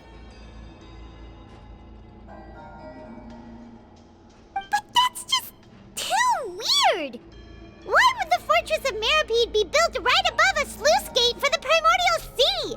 Who built this place anyway? Your expression tells me you think this might be part of a vast, complicated conspiracy. To be honest, you might find the actual answer may be exceedingly boring. It's just that the secret of the Forbidden Zone had been long forgotten by the nation before I rediscovered it with my research. There's no single founder of the Fortress of Meripede in any traditional sense. What we know about its history has been left to us by the people who used to live here. When the previous Hydro Archon Egeria ruled the land, all convicted criminals from Fontaine were exiled. The people drove the criminals away like a wolf pack chasing away the banished. The criminals received no sympathy of any kind from the people. They were exiled to the desolate seaside, where they experienced only pain, struggle, and the bone-chilling cold. Some of them began to repent and prayed to the Hydro Archon, asking if there was still anything they could do. The Hydro Archon took pity on them and said, "You may go guard my secret, deep underneath the waves." And so, leaning on the power of the Hydro Archon, they gathered underneath the sea and began to build a fortress. They became a community down there in the deeps, and over the years helped it to grow. As the number of exiles increased, more and more people joined the community. When the first group of exiles died, they left the yet unfinished fortress to their successors. The Hydro Archon continued to lend her support, allowing the fortress and what it stood for to continue growing ever larger. Before long, this dark underwater fortress became the sinner's only home. And with that, the people here stopped referring to the fortress as a prison. They saw themselves as repenting sinners who would regain their freedom once they had sufficiently redeemed themselves. But as time went on, people also realized that the fortress was a lonely place. Once they had gotten used to life here, they could no longer feel comfortable living in the overworld. Once they had finished serving their sentences, some people left and some others chose to stay. They'd find some idle position and let their withered souls fade away with the ancient secrets of the past. After many, many centuries, few people still remember the reason for the fortress's founding. Now they just see it as an integral pillar of Fontanian society, as the place where criminals deserve to be sent. Now and again, researchers manage to break one law or another and live out their days in the fortress. I learned all this from an elderly historian. Everyone else just thought he'd made it all up. But now you know every part of that history is true. Indeed. It's just as the prophecy says. If this gate fails, then everyone will be dissolved into the sea.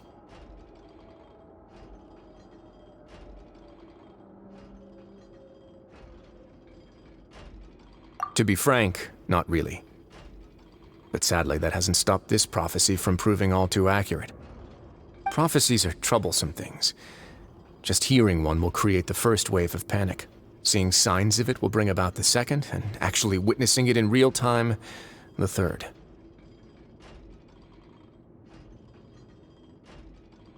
Let's go somewhere else. I want to show you something.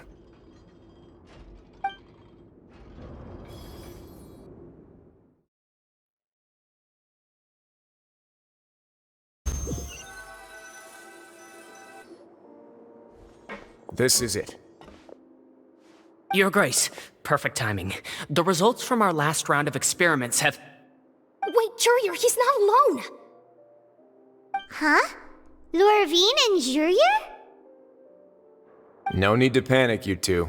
I've already told them about our plan. What? After you warned us not to tell a single soul about any of this?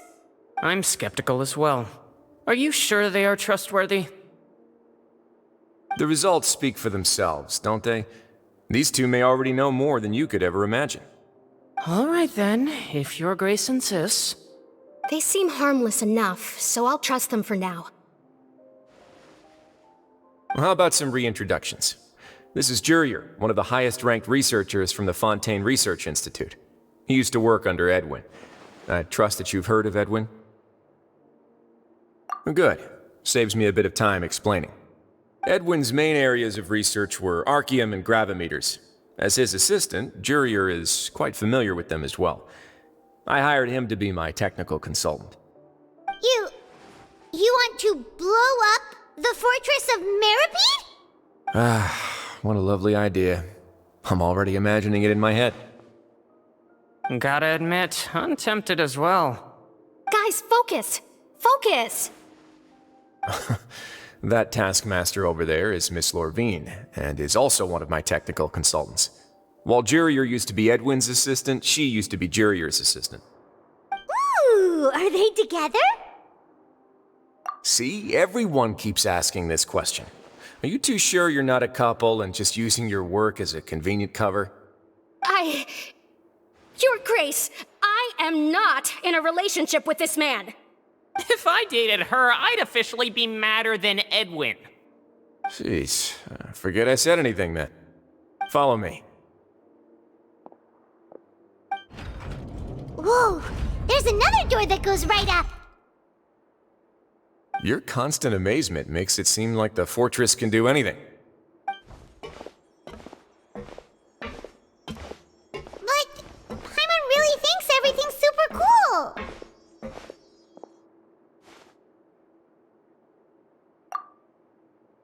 Well, let's spice it up a bit. And here you go.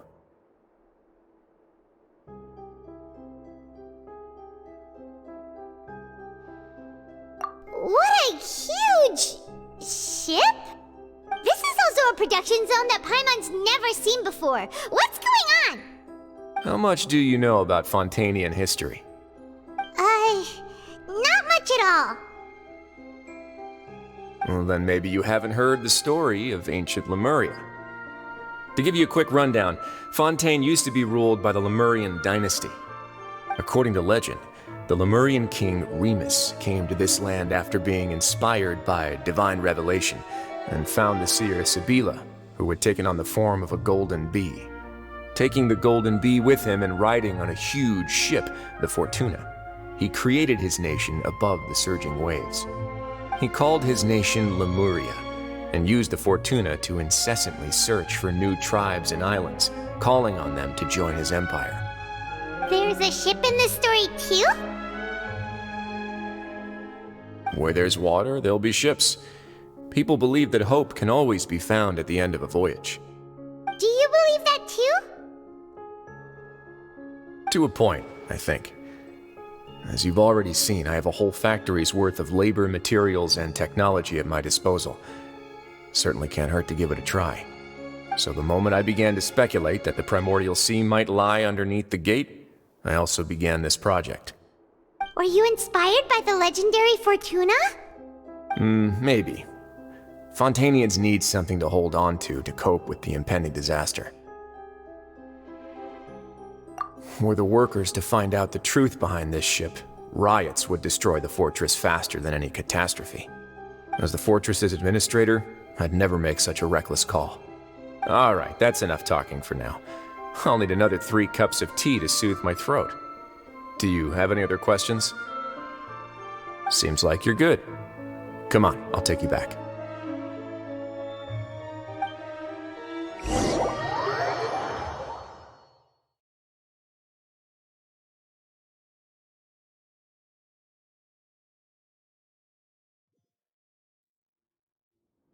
I'll leave you here for now. Oh, thank you so much. No worries. But don't forget, it's up to you whether or not you want to share what you just saw. What you do from here on out will likely affect those 3 as well.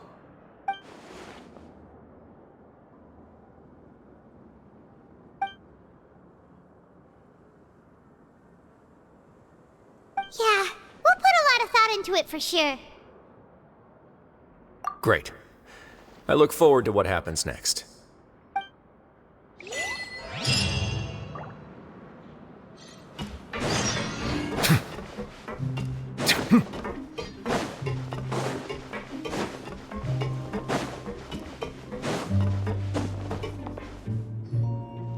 back! Welcome back. Do you want a cup of tea? How can you be so much like Risley, always drinking tea? Huh. Actually, now that you mention it, I just remembered something now. While I was sedated, I could still barely hear 2 people talking next to me.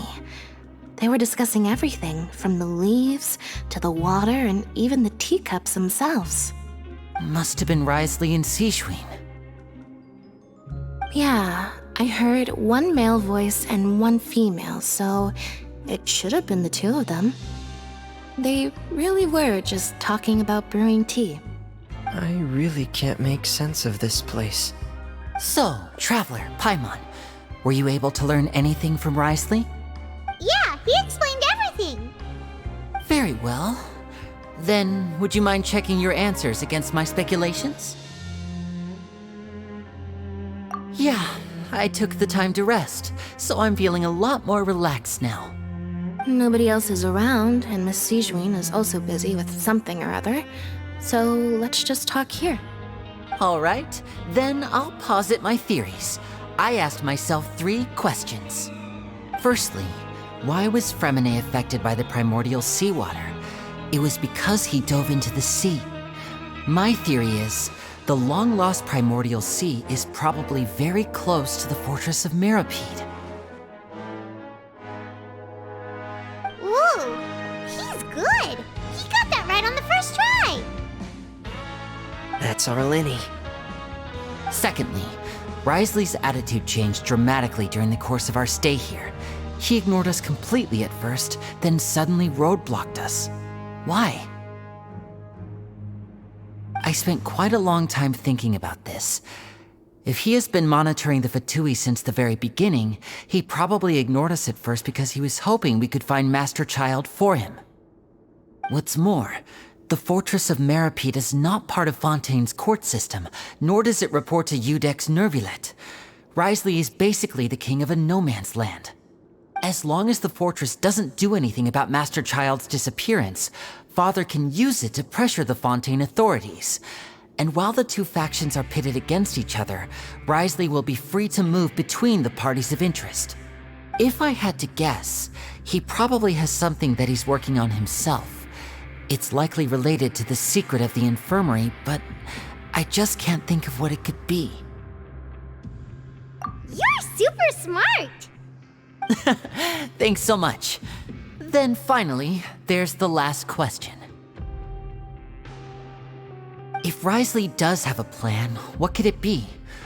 All I know for now is that his plan probably has something to do with the changing nature of the seawater. He's even gotten Cloran to help him out. That can't be the full extent of what he's doing. There's probably a secret passageway behind the block in the infirmary, and there's something big in the fortress that most people here never get to see. He has a bargaining chip, and it could be important enough for Father to deal with him directly. I don't have enough information, so I have no idea what his chip might be. But let me guess. You have the last piece of the puzzle.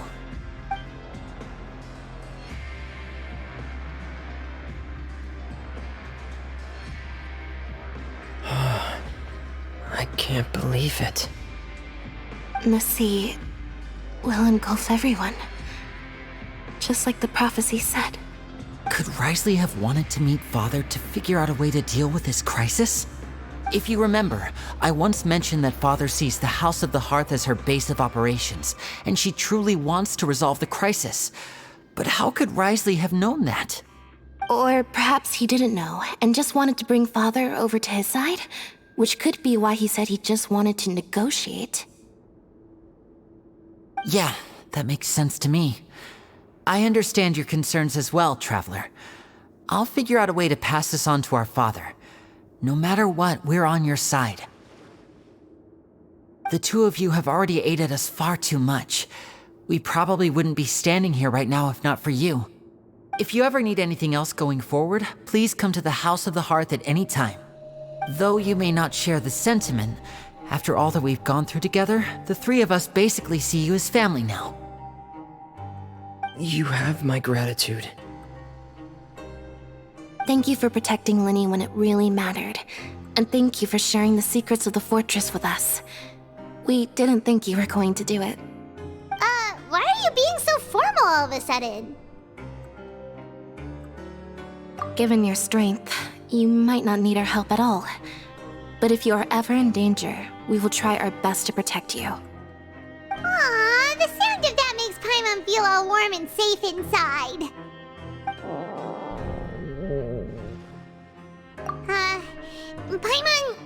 Paimon's hungry. Oh, you've done so much already. Go get some food. Alright, then we'll catch you guys another time.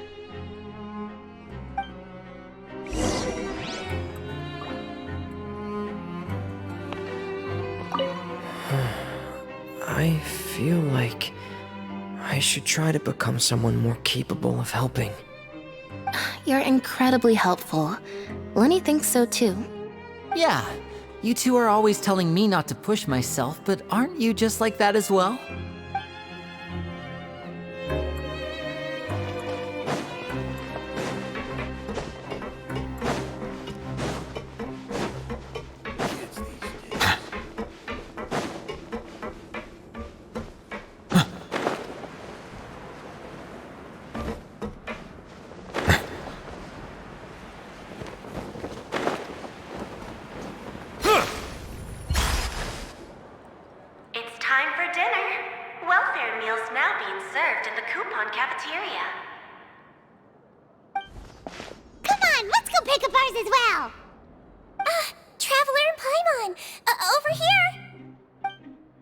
Are you here for dinner too, Miss Sijween?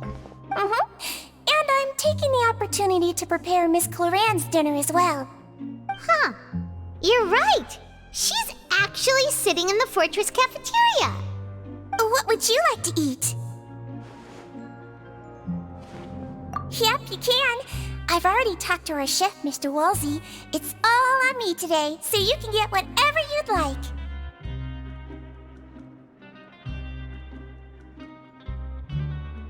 Me too! Don't forget Paimon! No problem. Just leave it to me.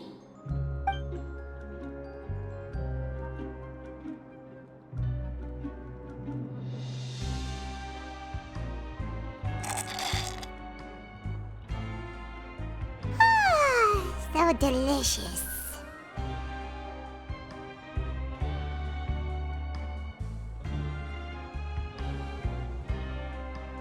Paimon's so happy. Paimon wants to feast like this every day.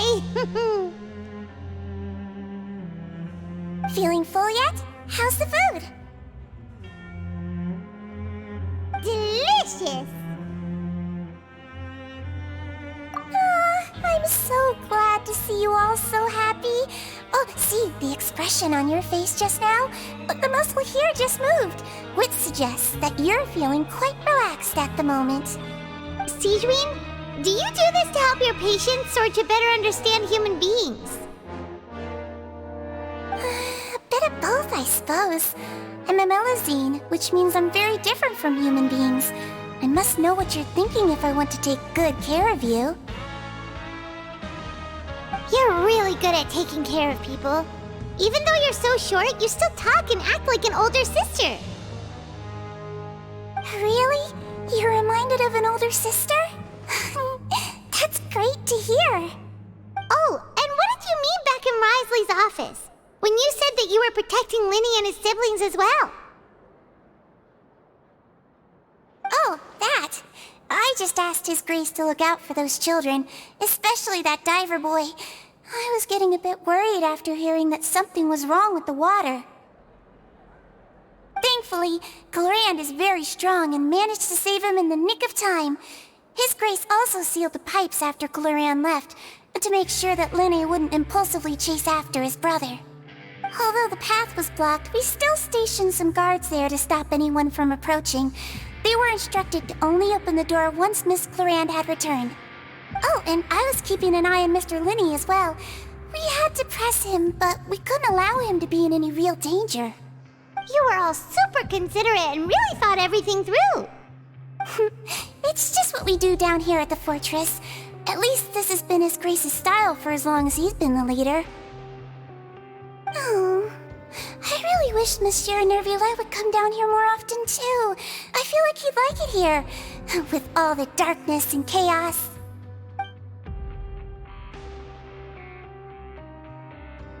Get a good night's rest, you two.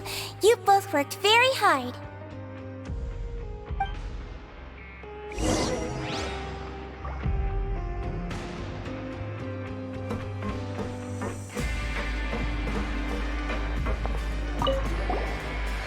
Glorand!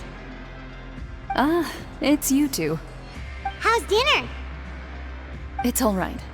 Miss Sigewinne really put in a lot of effort. So we heard that Risley invited you to come down to help, and you saved Fremine too! You sure work super fast! Oh, it was child's play. Still, Paimon didn't know even champion duelists could take on side jobs. Oh, and why aren't you eating with Sigewinne and the Duke? Won't you get bored eating by yourself? Miss Sigewinne was with you, and the Duke has business of his own. Actually, didn't Navia say that you went out for dinner with her as well? Yeah. First time in a long time. First time in a long time? So you mean you've gone out to dinner with her in the past? In the past, yes. You seem to be enjoying yourselves here. Things will be getting messy at the fortress soon. Don't run around unnecessarily.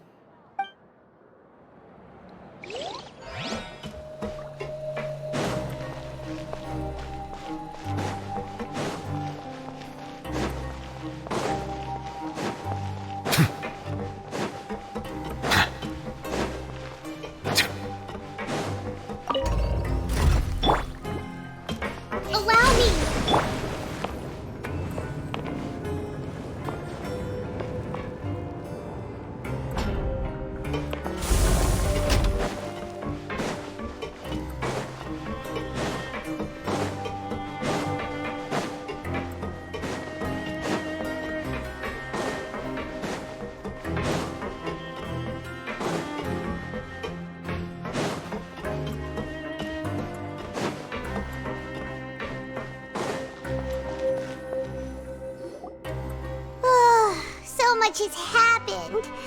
Paimon just feels absolutely exhausted now that she's finally relaxed. Paimon's super sleepy. Are you sleepy too?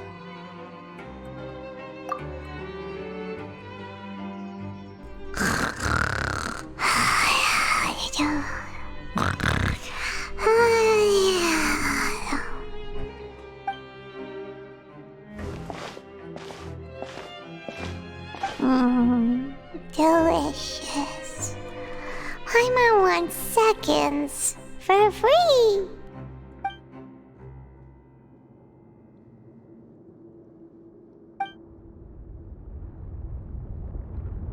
Out of my way! Get out of my way! What happened? Why is everyone running? No idea, but something must have happened. Stop asking!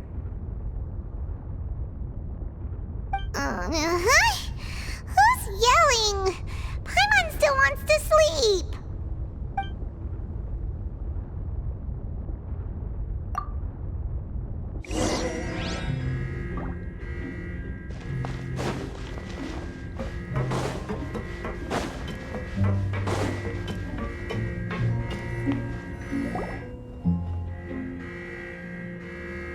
What happened?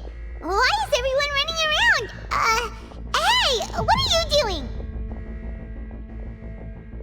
No time to explain, mate. Goodbye! Hey! Wait! What's wrong with these people? They won't even talk to us. They're here! There you are! Oh, thank goodness! Quisto and Laveroon, do you know what happened here? We came here especially to inform you. Something seems to have gone terribly wrong just now. His Grace is telling everyone to evacuate and get out of here. Laveroon was saying you two are new here and you don't have many friends, so you might slip through the cracks. Haven't you heard all the stories like that? An evacuation is successfully completed, yet you only find out once you do a head count that 1 or 2 people are missing. Wait, weren't you the one who brought that up? Why is it suddenly my idea? Hey, shut up! Okay, whatever. The point is, you should come with us. Yeah, he said to get as far away as possible, upwards and outwards. Oh no, it can't be that thing! Whoa, wait, what? What? Hey, where are you going? We have to go find the Duke! You two just go and get out! Go on without us! Hey! Be careful! Attention! Please evacuate upwards and outwards, upwards and outwards. If you're already at the topmost layer, then try to move as far outwards as possible.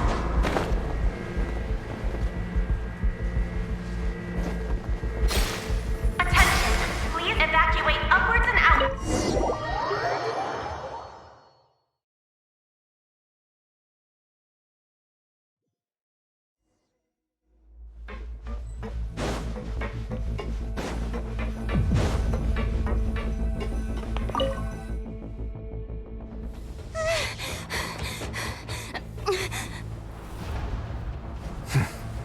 They're here.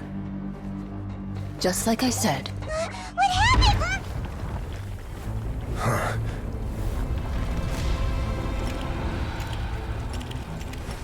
You're just in time.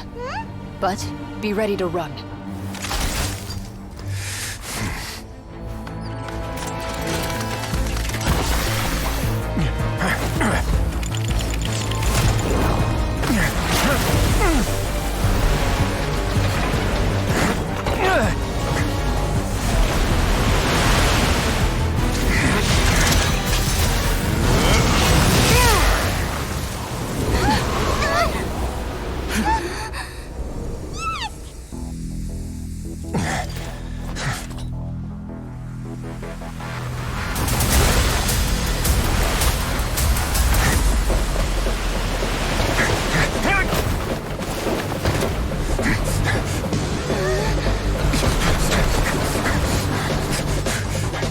Three, 2, 1.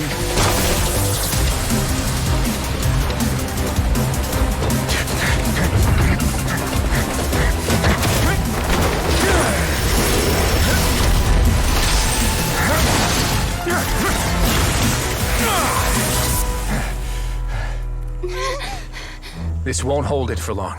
Find Neuvillette. Tell him the defenses are about to collapse. Then what will happen to you?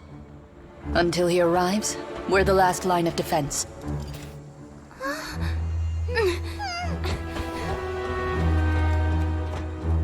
The gate. How long do you think it'll hold? That depends on us.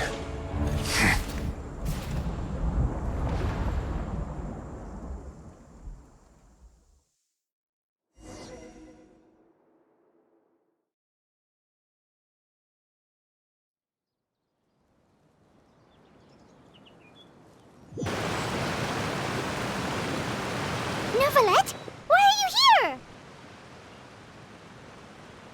Traveler, I need you to head to the Opera House immediately. Farina will soon be meeting with the knave there. You must protect Farina, and make sure she doesn't spend too much time alone with her. Will do. You have my sincerest gratitude.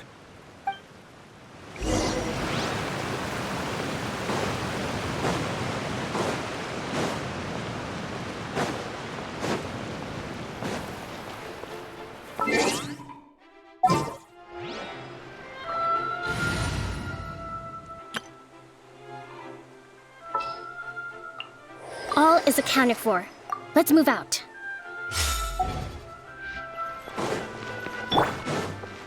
Let's move out.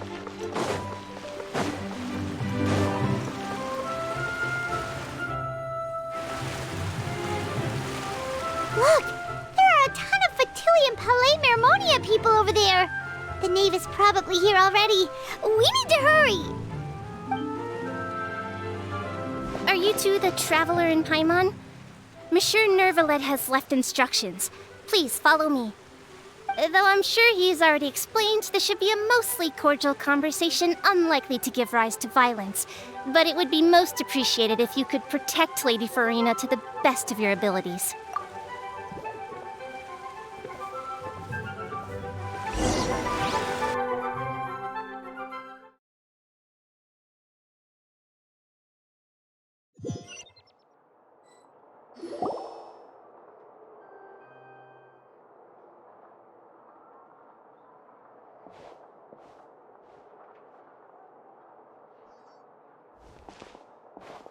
Oh, so you two are the honored guests Miss Farina mentioned. Of course, of course! How could they not attend a meeting such as this? I must always have 2 or more guests at my dessert table. Otherwise, the occasion would be too lonely and unbecoming of my station. It is my pleasure to make your acquaintance, traveler. I have heard much of your accomplishments. I am the knave, one of the 11 Fatui harbingers.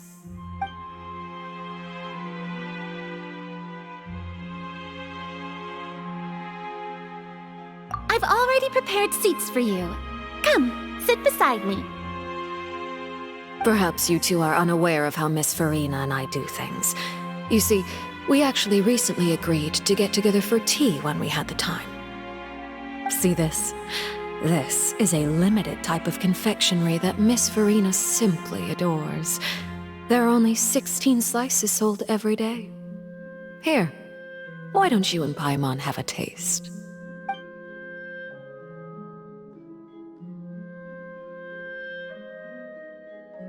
Traveler, what do you think of this cake? That's good to hear. So what Child said was on the mark after all. You do share a taste in desserts with Farina and I.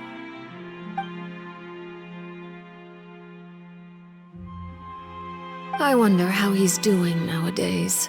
You must have heard, right? He's suddenly gone missing. I'm really worried about his safety, you know. Here's to hoping that he's an excellent swimmer. Since we're talking about him, I feel like I should add something. His martial prowess really looked certainly pretty impressive, yeah.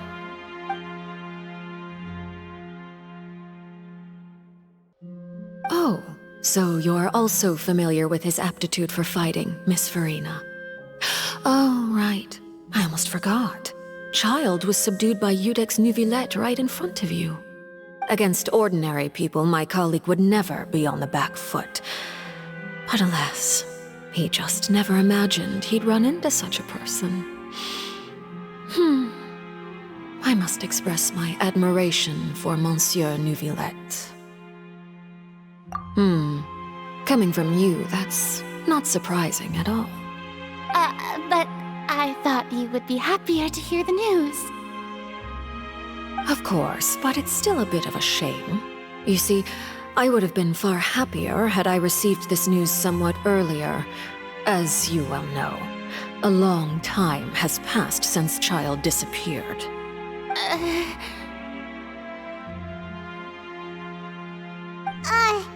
Well, in any case, there's no need to worry. We know for sure that Child is still alive. Oh, and just how do you know that? Because we found evidence that proved he left the Fortress of Meripede. And where did he go after leaving the fortress? Well...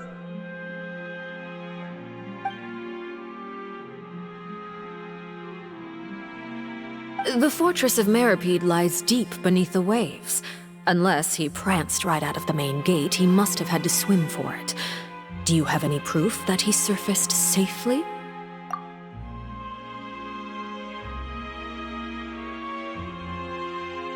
Ah, that is good news at least. His sister Tonya sent a letter to Fontaine not too long ago. Since he was unfortunately unavailable, I picked it up on his behalf. Do you have any idea how he usually writes back to his family? Dear Tonya, your letter made me feel like we were still enjoying our time in Snezhnaya together. I'm currently admiring the scenery on the streets in front of the opera house. Is it something like that?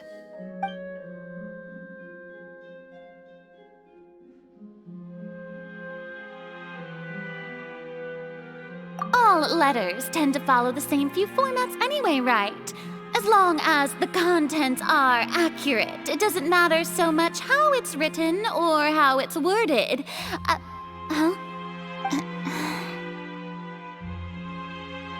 Hold on. The water in the teacup is shaking. I suppose this is also a sign of things to come, Miss Farina. I don't quite understand what you're trying to say. Have we entered into the next stage of the prophecy?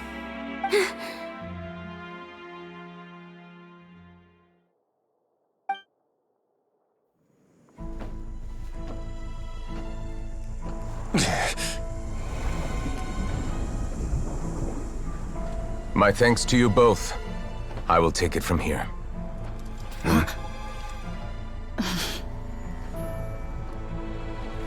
Sure you don't need a hand? Quite sure. Wow. So, what's your secret, huh? Let me guess. Nah, who knows?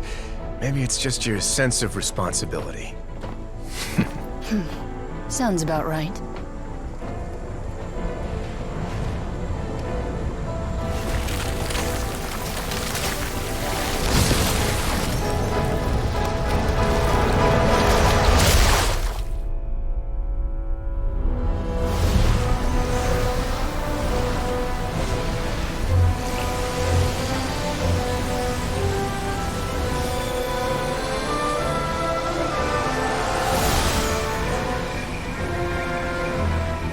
Day may come when the prophecy is fulfilled, and the waters burst forth. But it is not this day! This ancient power could easily obliterate an entire race. A tsunami of fury would unleash endless catastrophe.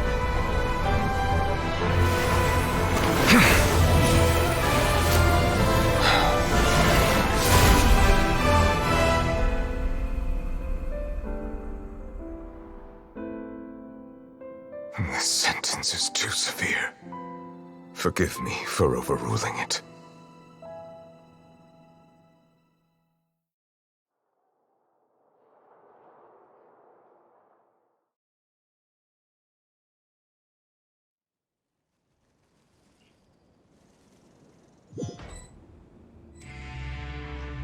All right. Seems like the problem inside has been suppressed. Let me guess, we're safe for now. Indeed. But only for now. I win this bet. You owe me a present. Very well. It was indeed just as you said. You made a bet? We made a bet on the size of your entourage. Cloran thought you wouldn't come down by yourself. I figured you would have at least brought a few people along for appearance's sake. It appears I underestimated just how confidential the mission was. Shouldn't you have gotten used to confidential missions by now? That's just how the courts operate. So what gift must the loser give? Tea? He already has tons of tea in his office. I'm thinking about a set of legal codices. That wouldn't happen to be a dig at my lack of legal awareness, would it? Well, I'm sure His Grace doesn't consider the fortress to be outside the law. I was under the impression the residents of a place like this would be uninterested in the legal codices. That was obviously a joke. Anyway, you've still got some unfinished business to attend to in the overworld, correct? No need to stay here if you have a pressing matter. We all know you can't leave Palais Marmonia for long. Thank you. I hope everything went smoothly with the Fatui Harbinger.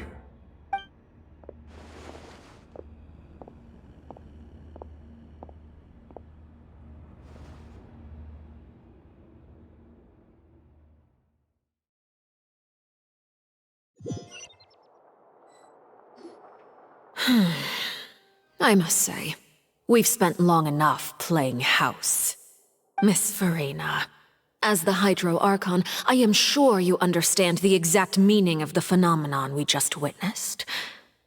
Or should I say, that's what I originally thought. But looking at your expression, was I wrong?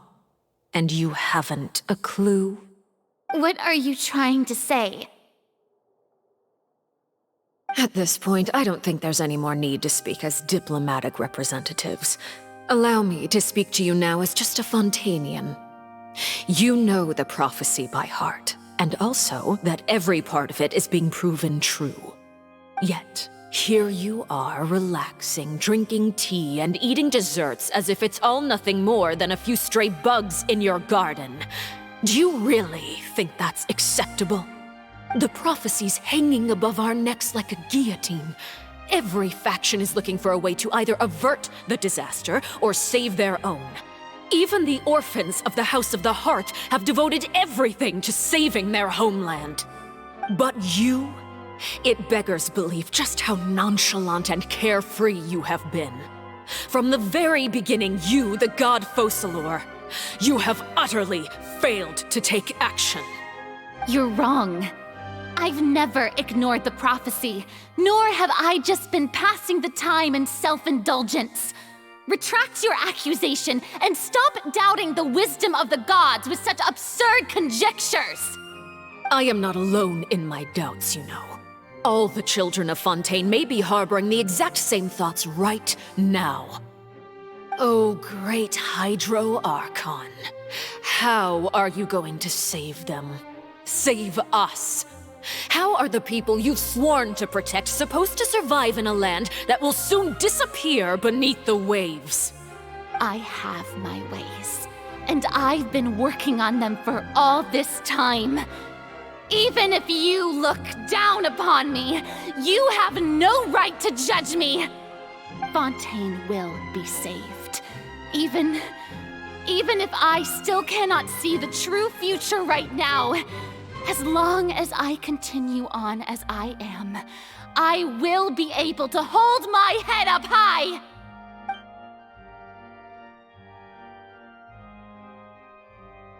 Then I ask you, Miss Farina, just what have you been working on? Where can we see it, and what is it doing to help?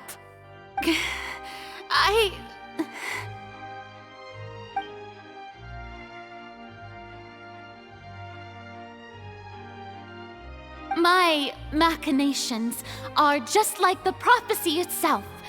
They will only reveal themselves at the fated time. It is just that beings like yourselves are unable to perceive them as of yet. I see. As a god, the proof of your labor always lies beyond prying mortal eyes. Allow me to be so bold as to ask another way. Would it be possible for you to tell us the parts of your plan that are not confidential? Such as your emergency response plan for the impending disaster? An emergency response plan? Oh, that look in your eyes. Have you not even prepared one of those? The emergency response plan is also strictly confidential. Then allow me to jog your memory. Miss Farina, what is the purpose of your Oratrice Mécanique d'Analyse Cardinal? And what do you plan to do with the massive amounts of indemnitium that has accumulated over the years? The Oratrice? It's just like it appears to be. So you also have no idea. If I'm not mistaken, someone's using it to prepare for something. But unfortunately, it would seem that someone is not you, Miss Farina. I first caught wind of this when Linny tried to investigate the Oratrice in the Opera House. You see, even just getting close to the core contaminated him with an extremely large amount of indemnitium. But even if that had nothing to do with you, then what could you possibly be working on, oh great Hydro Archon? Oh, right. I almost forgot. Udex Neuvillette is not at the tea party with us today. Miss Farina, I suppose you must have ordered him away to take care of some troublesome business. Yes, that's exactly right. Please keep it a secret for me. Of course I will. Although, I must say, Miss Farina, you seem quite insecure without the Udex by your side. Oh, very well. Let's stop that conversation here. There are still a few slices of cake left, so please, help yourselves, everyone.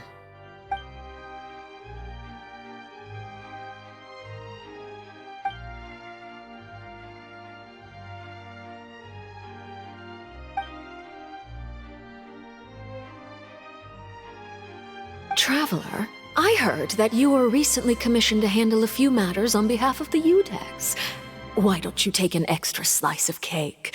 Those who work hard deserve gratitude and praise. You too, Paimon.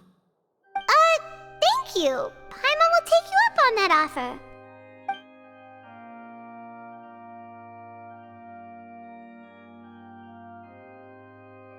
Oh, Paimon's super full. That cake was great.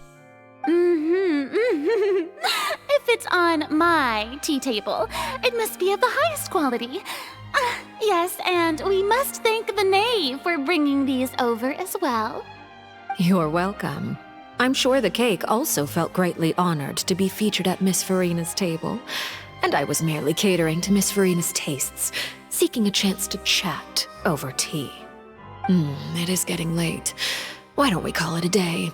There are still a few matters that I need to take care of, so I must take my leave now. Very well. We'll end it here. Mind seeing me off, Traveler? We could use the opportunity to discuss Child before I must be on my way. Paimon's coming too!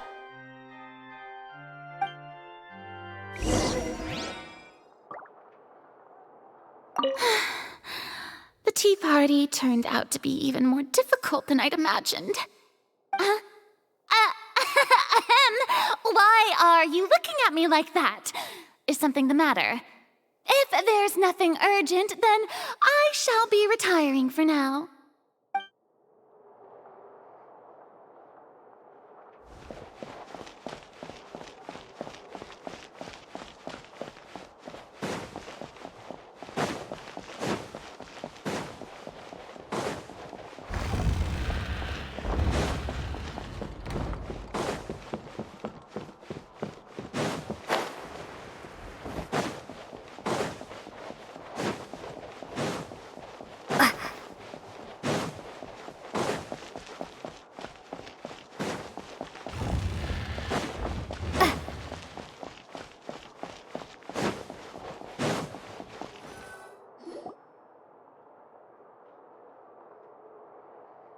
I'm glad that you were willing to come with me.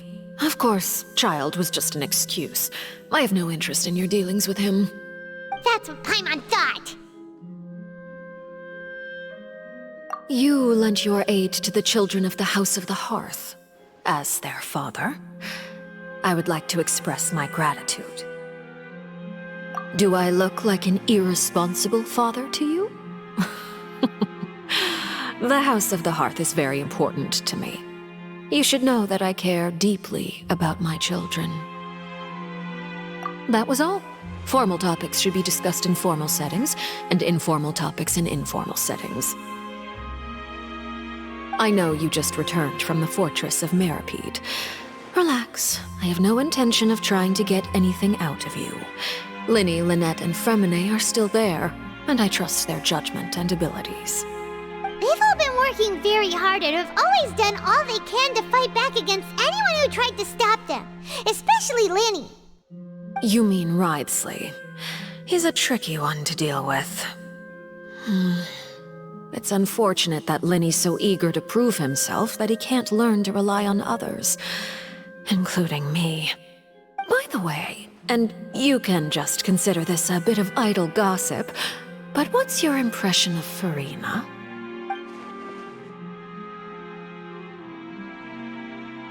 You are outside of our disputes, and the freest person in all of Fontaine, able to move around most easily. Allow me to share my perspective with you. And that's everything that happened during the trial. Master Child was declared guilty and immediately transported to the Fortress of Meripede. Didn't he say he was coming here on vacation?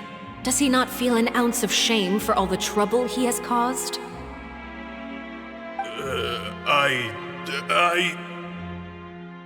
Forget it. He did give us an opportunity. I will be meeting someone shortly. Do you require help with any preparations? No need. I will take care of it myself. I need to meet with Furina, the Hydro Archon. She is at the heart of Fontaine. But what's fascinating about her is that she often seems more like a celebrity than a working Archon. Oh? Come over here, you little critter, you!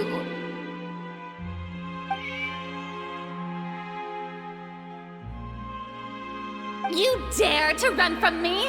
Stop right this instant! My goal is just to discover the location of the Gnosis.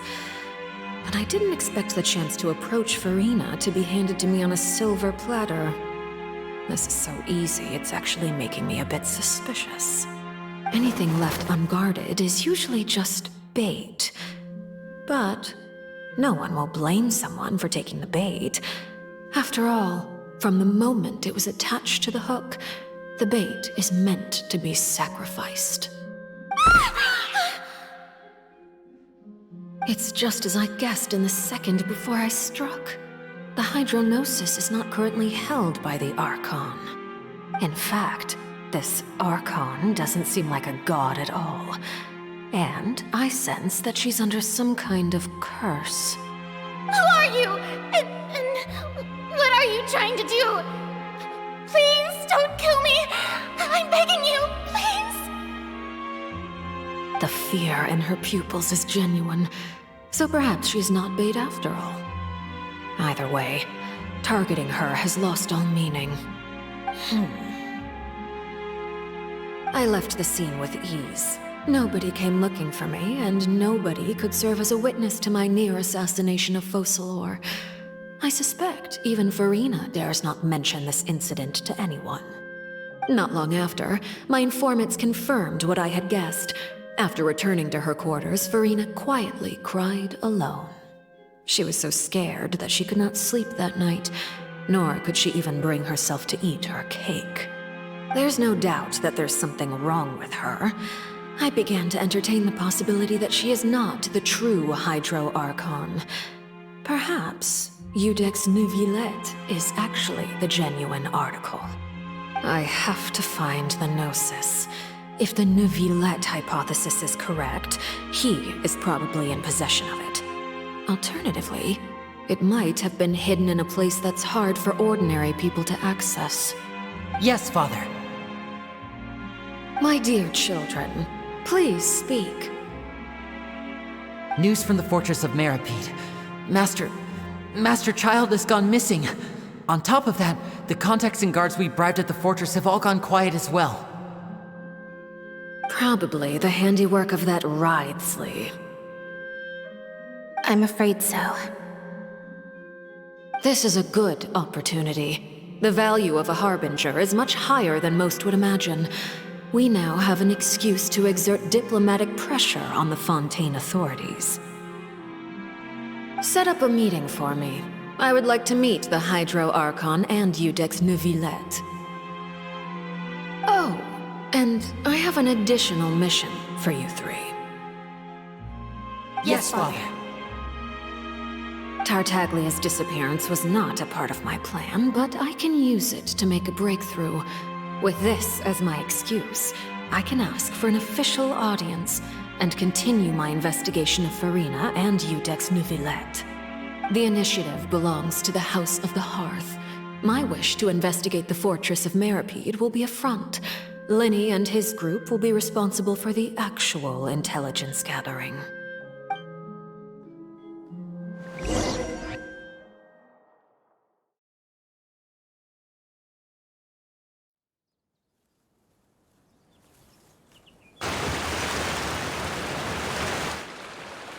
You should know the rest. Linny's group is quite close to you, so they wouldn't have hidden anything from you. You attacked the Hydro Archon? It wouldn't mean anything, even if you shouted it from the rooftops. After all, even Farina herself is still pretending that nothing of that sort ever happened. Alright then. I've now had 2 chances to enjoy tea with Farina. I have to say, the leadership of Fontaine is even more inscrutable than I had imagined. I once surmised that Iudex Neuvillette must be the Hydro Archon, but now, that doesn't seem right to me either. I am a servant of Her Majesty the Tsaritsa. Over my years of service, I've learned how a real Archon conducts and carries themselves. Whether Iudex Neuvillette or Farina, neither fits the bill. It's hard to imagine either of them as the Archon. Of course, that is all just how I feel. Gut feelings often do not require justification. It is, however, quite amusing to me that after all my years working in intelligence gathering, I've come to realize I am at a complete loss regarding the identity of the god of the land of my birth. Don't you think Fontaine is quite intriguing? A catastrophe looms, yet many secrets have yet to rise to the surface. It looks like Fontainians will have no choice but to save themselves. Ultimately, though, one must survive in order to do anything else. Should the need arise, I would be happy to cooperate with you. You don't need to commit to anything right now, of course. I have a feeling that the situation will continue to evolve, and as your name is often connected with noble deeds, I'm sure we will work together someday. He certainly returned quickly.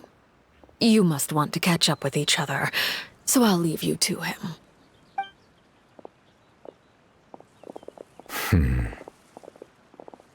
Neuvillette, is it over? For now, yes. But this issue will prove quite thorny in the long term. I'm concerned that sooner or later the prophesized events will occur. Thank you for protecting Farina. To put it simply, I used my power to force back the Primordial Sea and reseal the sluice gate.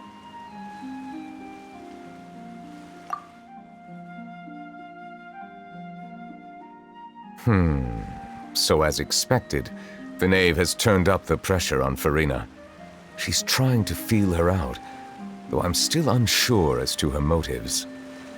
Permission granted.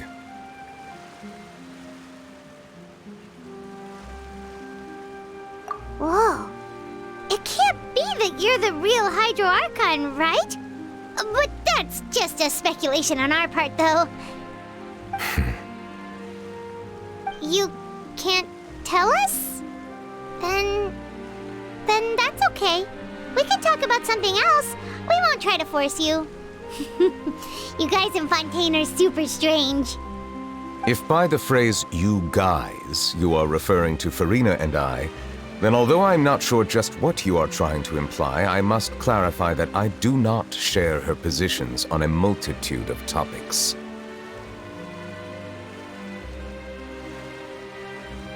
I believe so. The fortress has a long and complex history. It has seen much grief and suffering. And now, another catastrophe will soon be upon us. I mourn this turn of events. Huh? Why is it raining all of a sudden?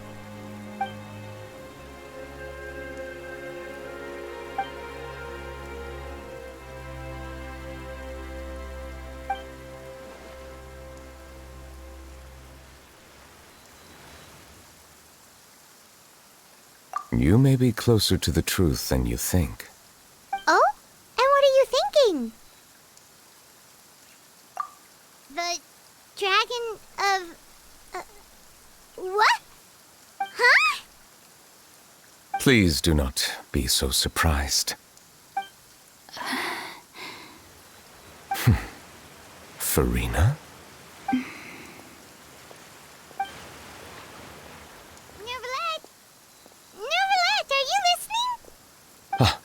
My apologies. We were just guessing randomly. We didn't guess right, did we? You're not actually the dragon sovereign of water, right? Well, if you don't want to confirm or deny... You guessed correctly. I sincerely hope you'll be able to keep this a secret for me. Right, of course. We'll definitely help you keep it a secret. There's still something Paimon wants to ask you, though. Please, go ahead. Well, if you are the dragon sovereign of water, and you were able to force back the primordial sea from the fortress, then since Fontaine's prophecy is all about seawater, couldn't you just use your power to solve the crisis?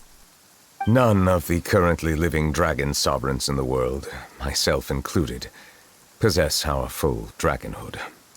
They say that when the first usurper arrived on Tivat, they seized a part of the dragon's power. Today, that stolen power is the basis of the Archon's authorities. There are 7 elemental Archons and 7 matching dragon sovereigns. The dragon sovereign of water who lived through that era perished a long time ago. As their successor, I know far less of that part of our ancient history. In any case, I believe I will not be able to do much unless the Archon disappears and returns their elemental authority to me. Given the status quo, however, I would recommend finding another way to deal with the prophecy. Oh, so even you can't solve it. I still have some urgent matters to attend to at my office. If you have any more questions regarding ancient history, you are welcome to discuss them with me at a later time. Please go right ahead. There's a place that Paimon wants to go too. Traveler, why don't we pay another visit to the Fortress of Meropide? Paimon is a little worried. We'll see you another time. Take care.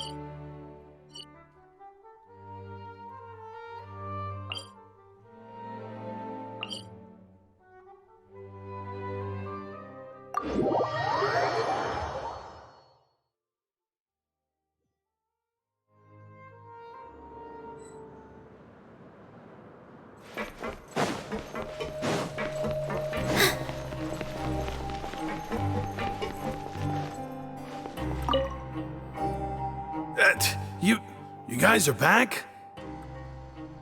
Quisto! Macaroon! You guys didn't get caught and thrown back down here, right? Huh? No, not at all. Ah, and here I thought you'd managed to escape from jail during all the commotion.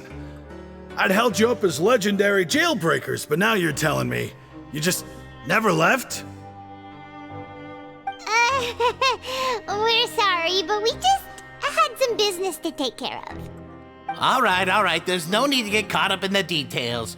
We're just relieved to see you. He was super worried about you, you know. Hey, it wasn't just me. Weren't you super worried as well? Something like that, yeah. I was also transferred to work in the kitchen a few days ago. I can still hear Quisto mumbling to the carrots. Are those two all right? Do you think they made it out alive? Whenever he'd say that, I'd tell him I'm sure they're fine. Wherever they are, they're kicking back with drinks in hand, enjoying the lovely scenery. Hey, there's nothing wrong with worrying about your prison pals, is there? I mean, considering how they always love listening to all my gossip. These two. They sure are a lot warmer and friendlier than when Paimon first met them.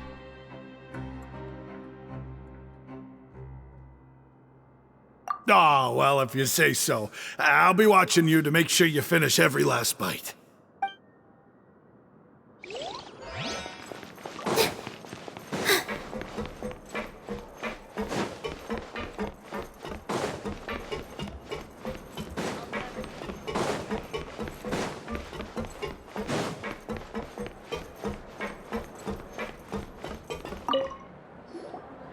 Sijuin! Traveler! Paimon, you're back! Are you still doing alright? Did either of you get hurt?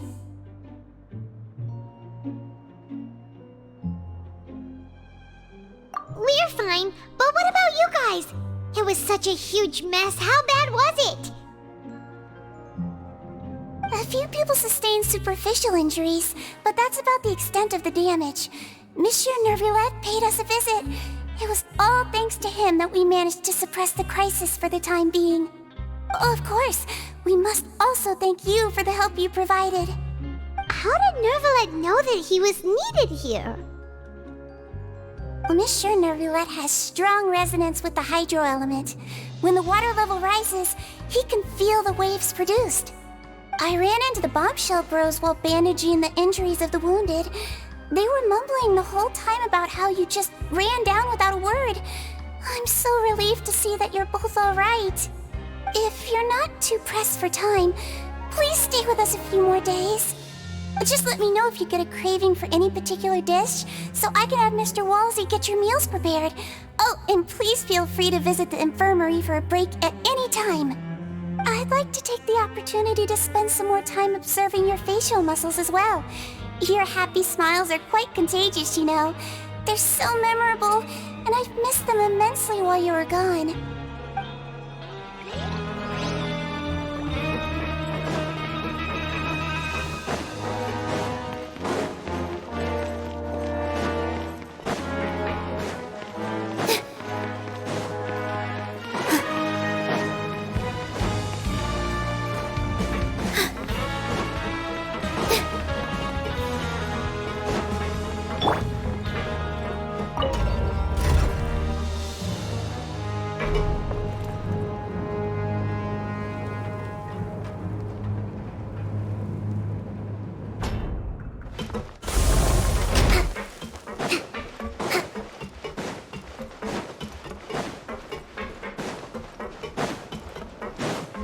Let's move out.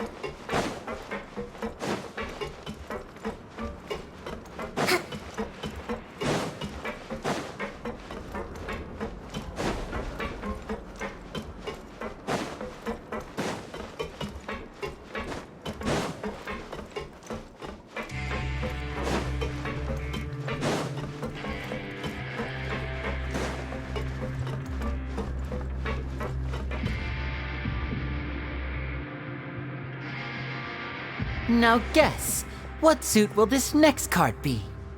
A bare-teeth cat? Well, look who it is. Traveler, Paimon. Hello, everyone. Looks like you're recovering nicely from it, eh? Mm-hmm. Thanks to everyone's support. Oh, right. I managed to work up the courage to thank Miss Clorand in person. Whoa, how did she react? She told me that it was nothing. It was as if saving a life wasn't a big deal to her at all. She also told me not to worry about it. She didn't want to stress you out, that's all. She's right, and it's best not to dwell on it. Yeah. Okay, but check this out. We went back to the opera house and we met the knave. You met Father? Did she say anything to you? She said a few things that were, a bit hard to understand. And also that she's looking forward to working with us in the future. Her attitude towards you is even better than what we'd imagined. That's fantastic. You should believe her. She has her own way of doing things, and she'll do everything in her power to help those she considers close, which now might also include you. Mm-hmm. Father is very capable, and also trustworthy. Oh, Paimon just remembered that she thought Linny was a bit too proud as well. She said that you should learn how to rely on others sometimes. Got it. Huh. That does sound like something that Father would say. Hey! Are you going to stay here for the next few days? Looks like it, yeah.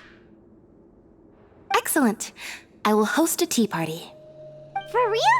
Then Paimon wants another serving of cake. Another implies that you were already served some delicious cake while you were up there. How lovely. Well, next time, you're going to have tea and snacks with us.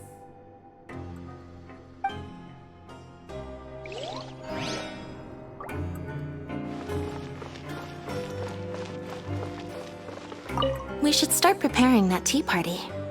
Oh, that's a great idea. I'm all for it. I'll help you set it up.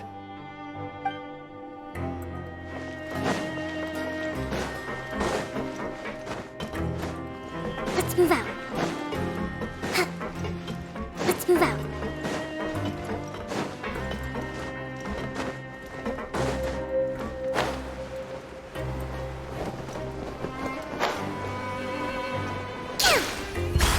If you can find the time, please stay at the fortress for just a while longer.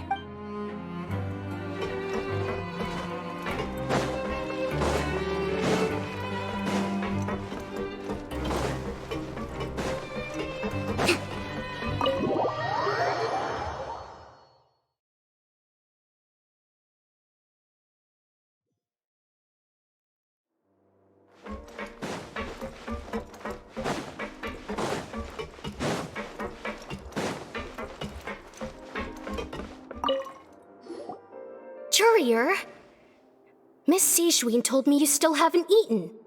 Yeah, I was working on something, so I forgot. That's no excuse for... Huh? It's you two. Courier, Lurvine, we're back! Hello there. It's been quite the mess here recently. How have you been? And you? Are you still taking the secret passageway from the infirmary to work on the ship? Yep. That is still top secret, though, so don't say a word to anyone. It can be a bit annoying when there are lots of people in the infirmary, but I still prefer taking that route over the one from the Duke's office. I mean, the infirmary does make it easier for you to slack off. Oh yeah? Then why are you also here so much? You two really are just using your jobs as a cover for your relationship, aren't you? Not at all!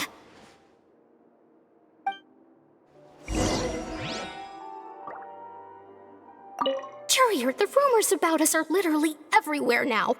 Please do something about it. But it's not like I caused them by myself. All right. I'll try to do something about it when I can find the time.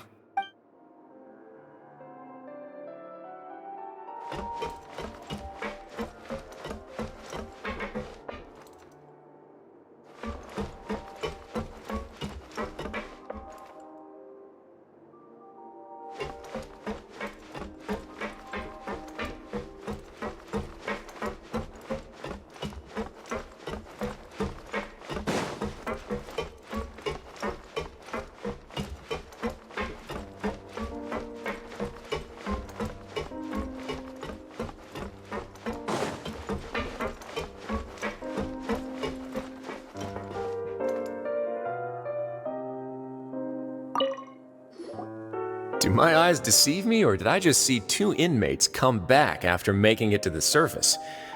Some strange winds blowing of late. We wanted to see how the fortress is doing. Is everything still alright? We're fine, for the most part. Neuvillette came down and took care of the worst of it. If that's the case, why don't you just ask him to stay here? Oh, yeah, what a brilliant plan. Let's go convince the Eudex himself to exchange the Courts of Fontaine for a puddle of water in the middle of nowhere. He came here in a hurry and left without even stopping for a cup of tea. He did remember to take Miss Sigewinne's gift with him, though. He sure sounds super busy. Miss Cloran has left as well. She also took her gift from Miss Sigewinne. Were the gifts milkshakes? Neuvillette got the milkshake. Cloran received lipstick instead. Those aren't even remotely alike. Well, it's Neuvillette's own fault for making Sigewinne worried about his health by working so much. But besides that, our head nurse is still pretty fond of picking out beauty products for the ladies. Oh, and I have some gifts here for you as well. Are these from Sigewinne too? Nope, they're from yours truly. You've already wrapped up your work at the fortress, so you can return to the surface at any time. You haven't yet served your full prison term, however, so you may continue to use your cell until your term is up. For real? Then we could stay here for a really long time? You may access the cafeteria for free. Hooray! Just remember to come complete your paperwork once it's time for your release.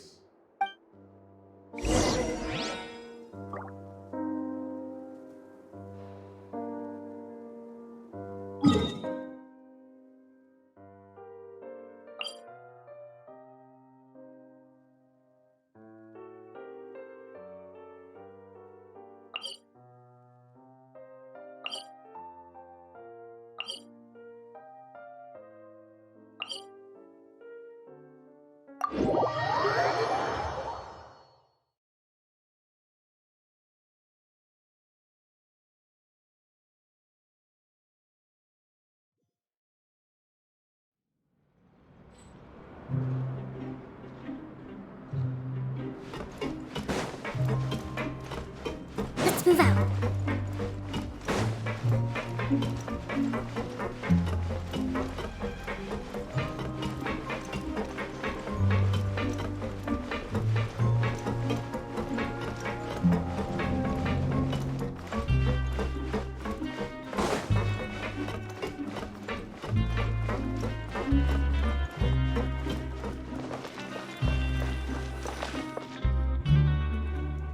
We're back in our cell again. We're no longer prisoners, though, so it really doesn't feel the same. Sure feels that way. But the truth is, we never did anything bad to begin with, so I'm not sure why we put so much pressure on ourselves. Huh? How did you know? Hey, that's not true! All right. Okay, Paimon just wanted to say that we really are an amazing duo after all. It's like we've now gone to so many places together and become friends with so many people. We've never stopped traveling or stopped meeting new friends. There are so many bad things in the world, and we're just 2 people, but we've still been solving problems no matter where we go. Isn't that pretty cool? You're counting Paimon today? Aren't you the only adventurer here? Then let's ask Catherine to give Paimon an adventurer handbook as well. Paimon will also be an adventurer from today forward. Just the thoughts making Paimon giddy. Paimon's gonna crash, so you sleep soon too. The last time we fell asleep here, we woke up to a whole mess outside our cell. The primordial seawater nearly rose up. That was so scary. We should be safe now, right? All right then. Good night to you, traveler.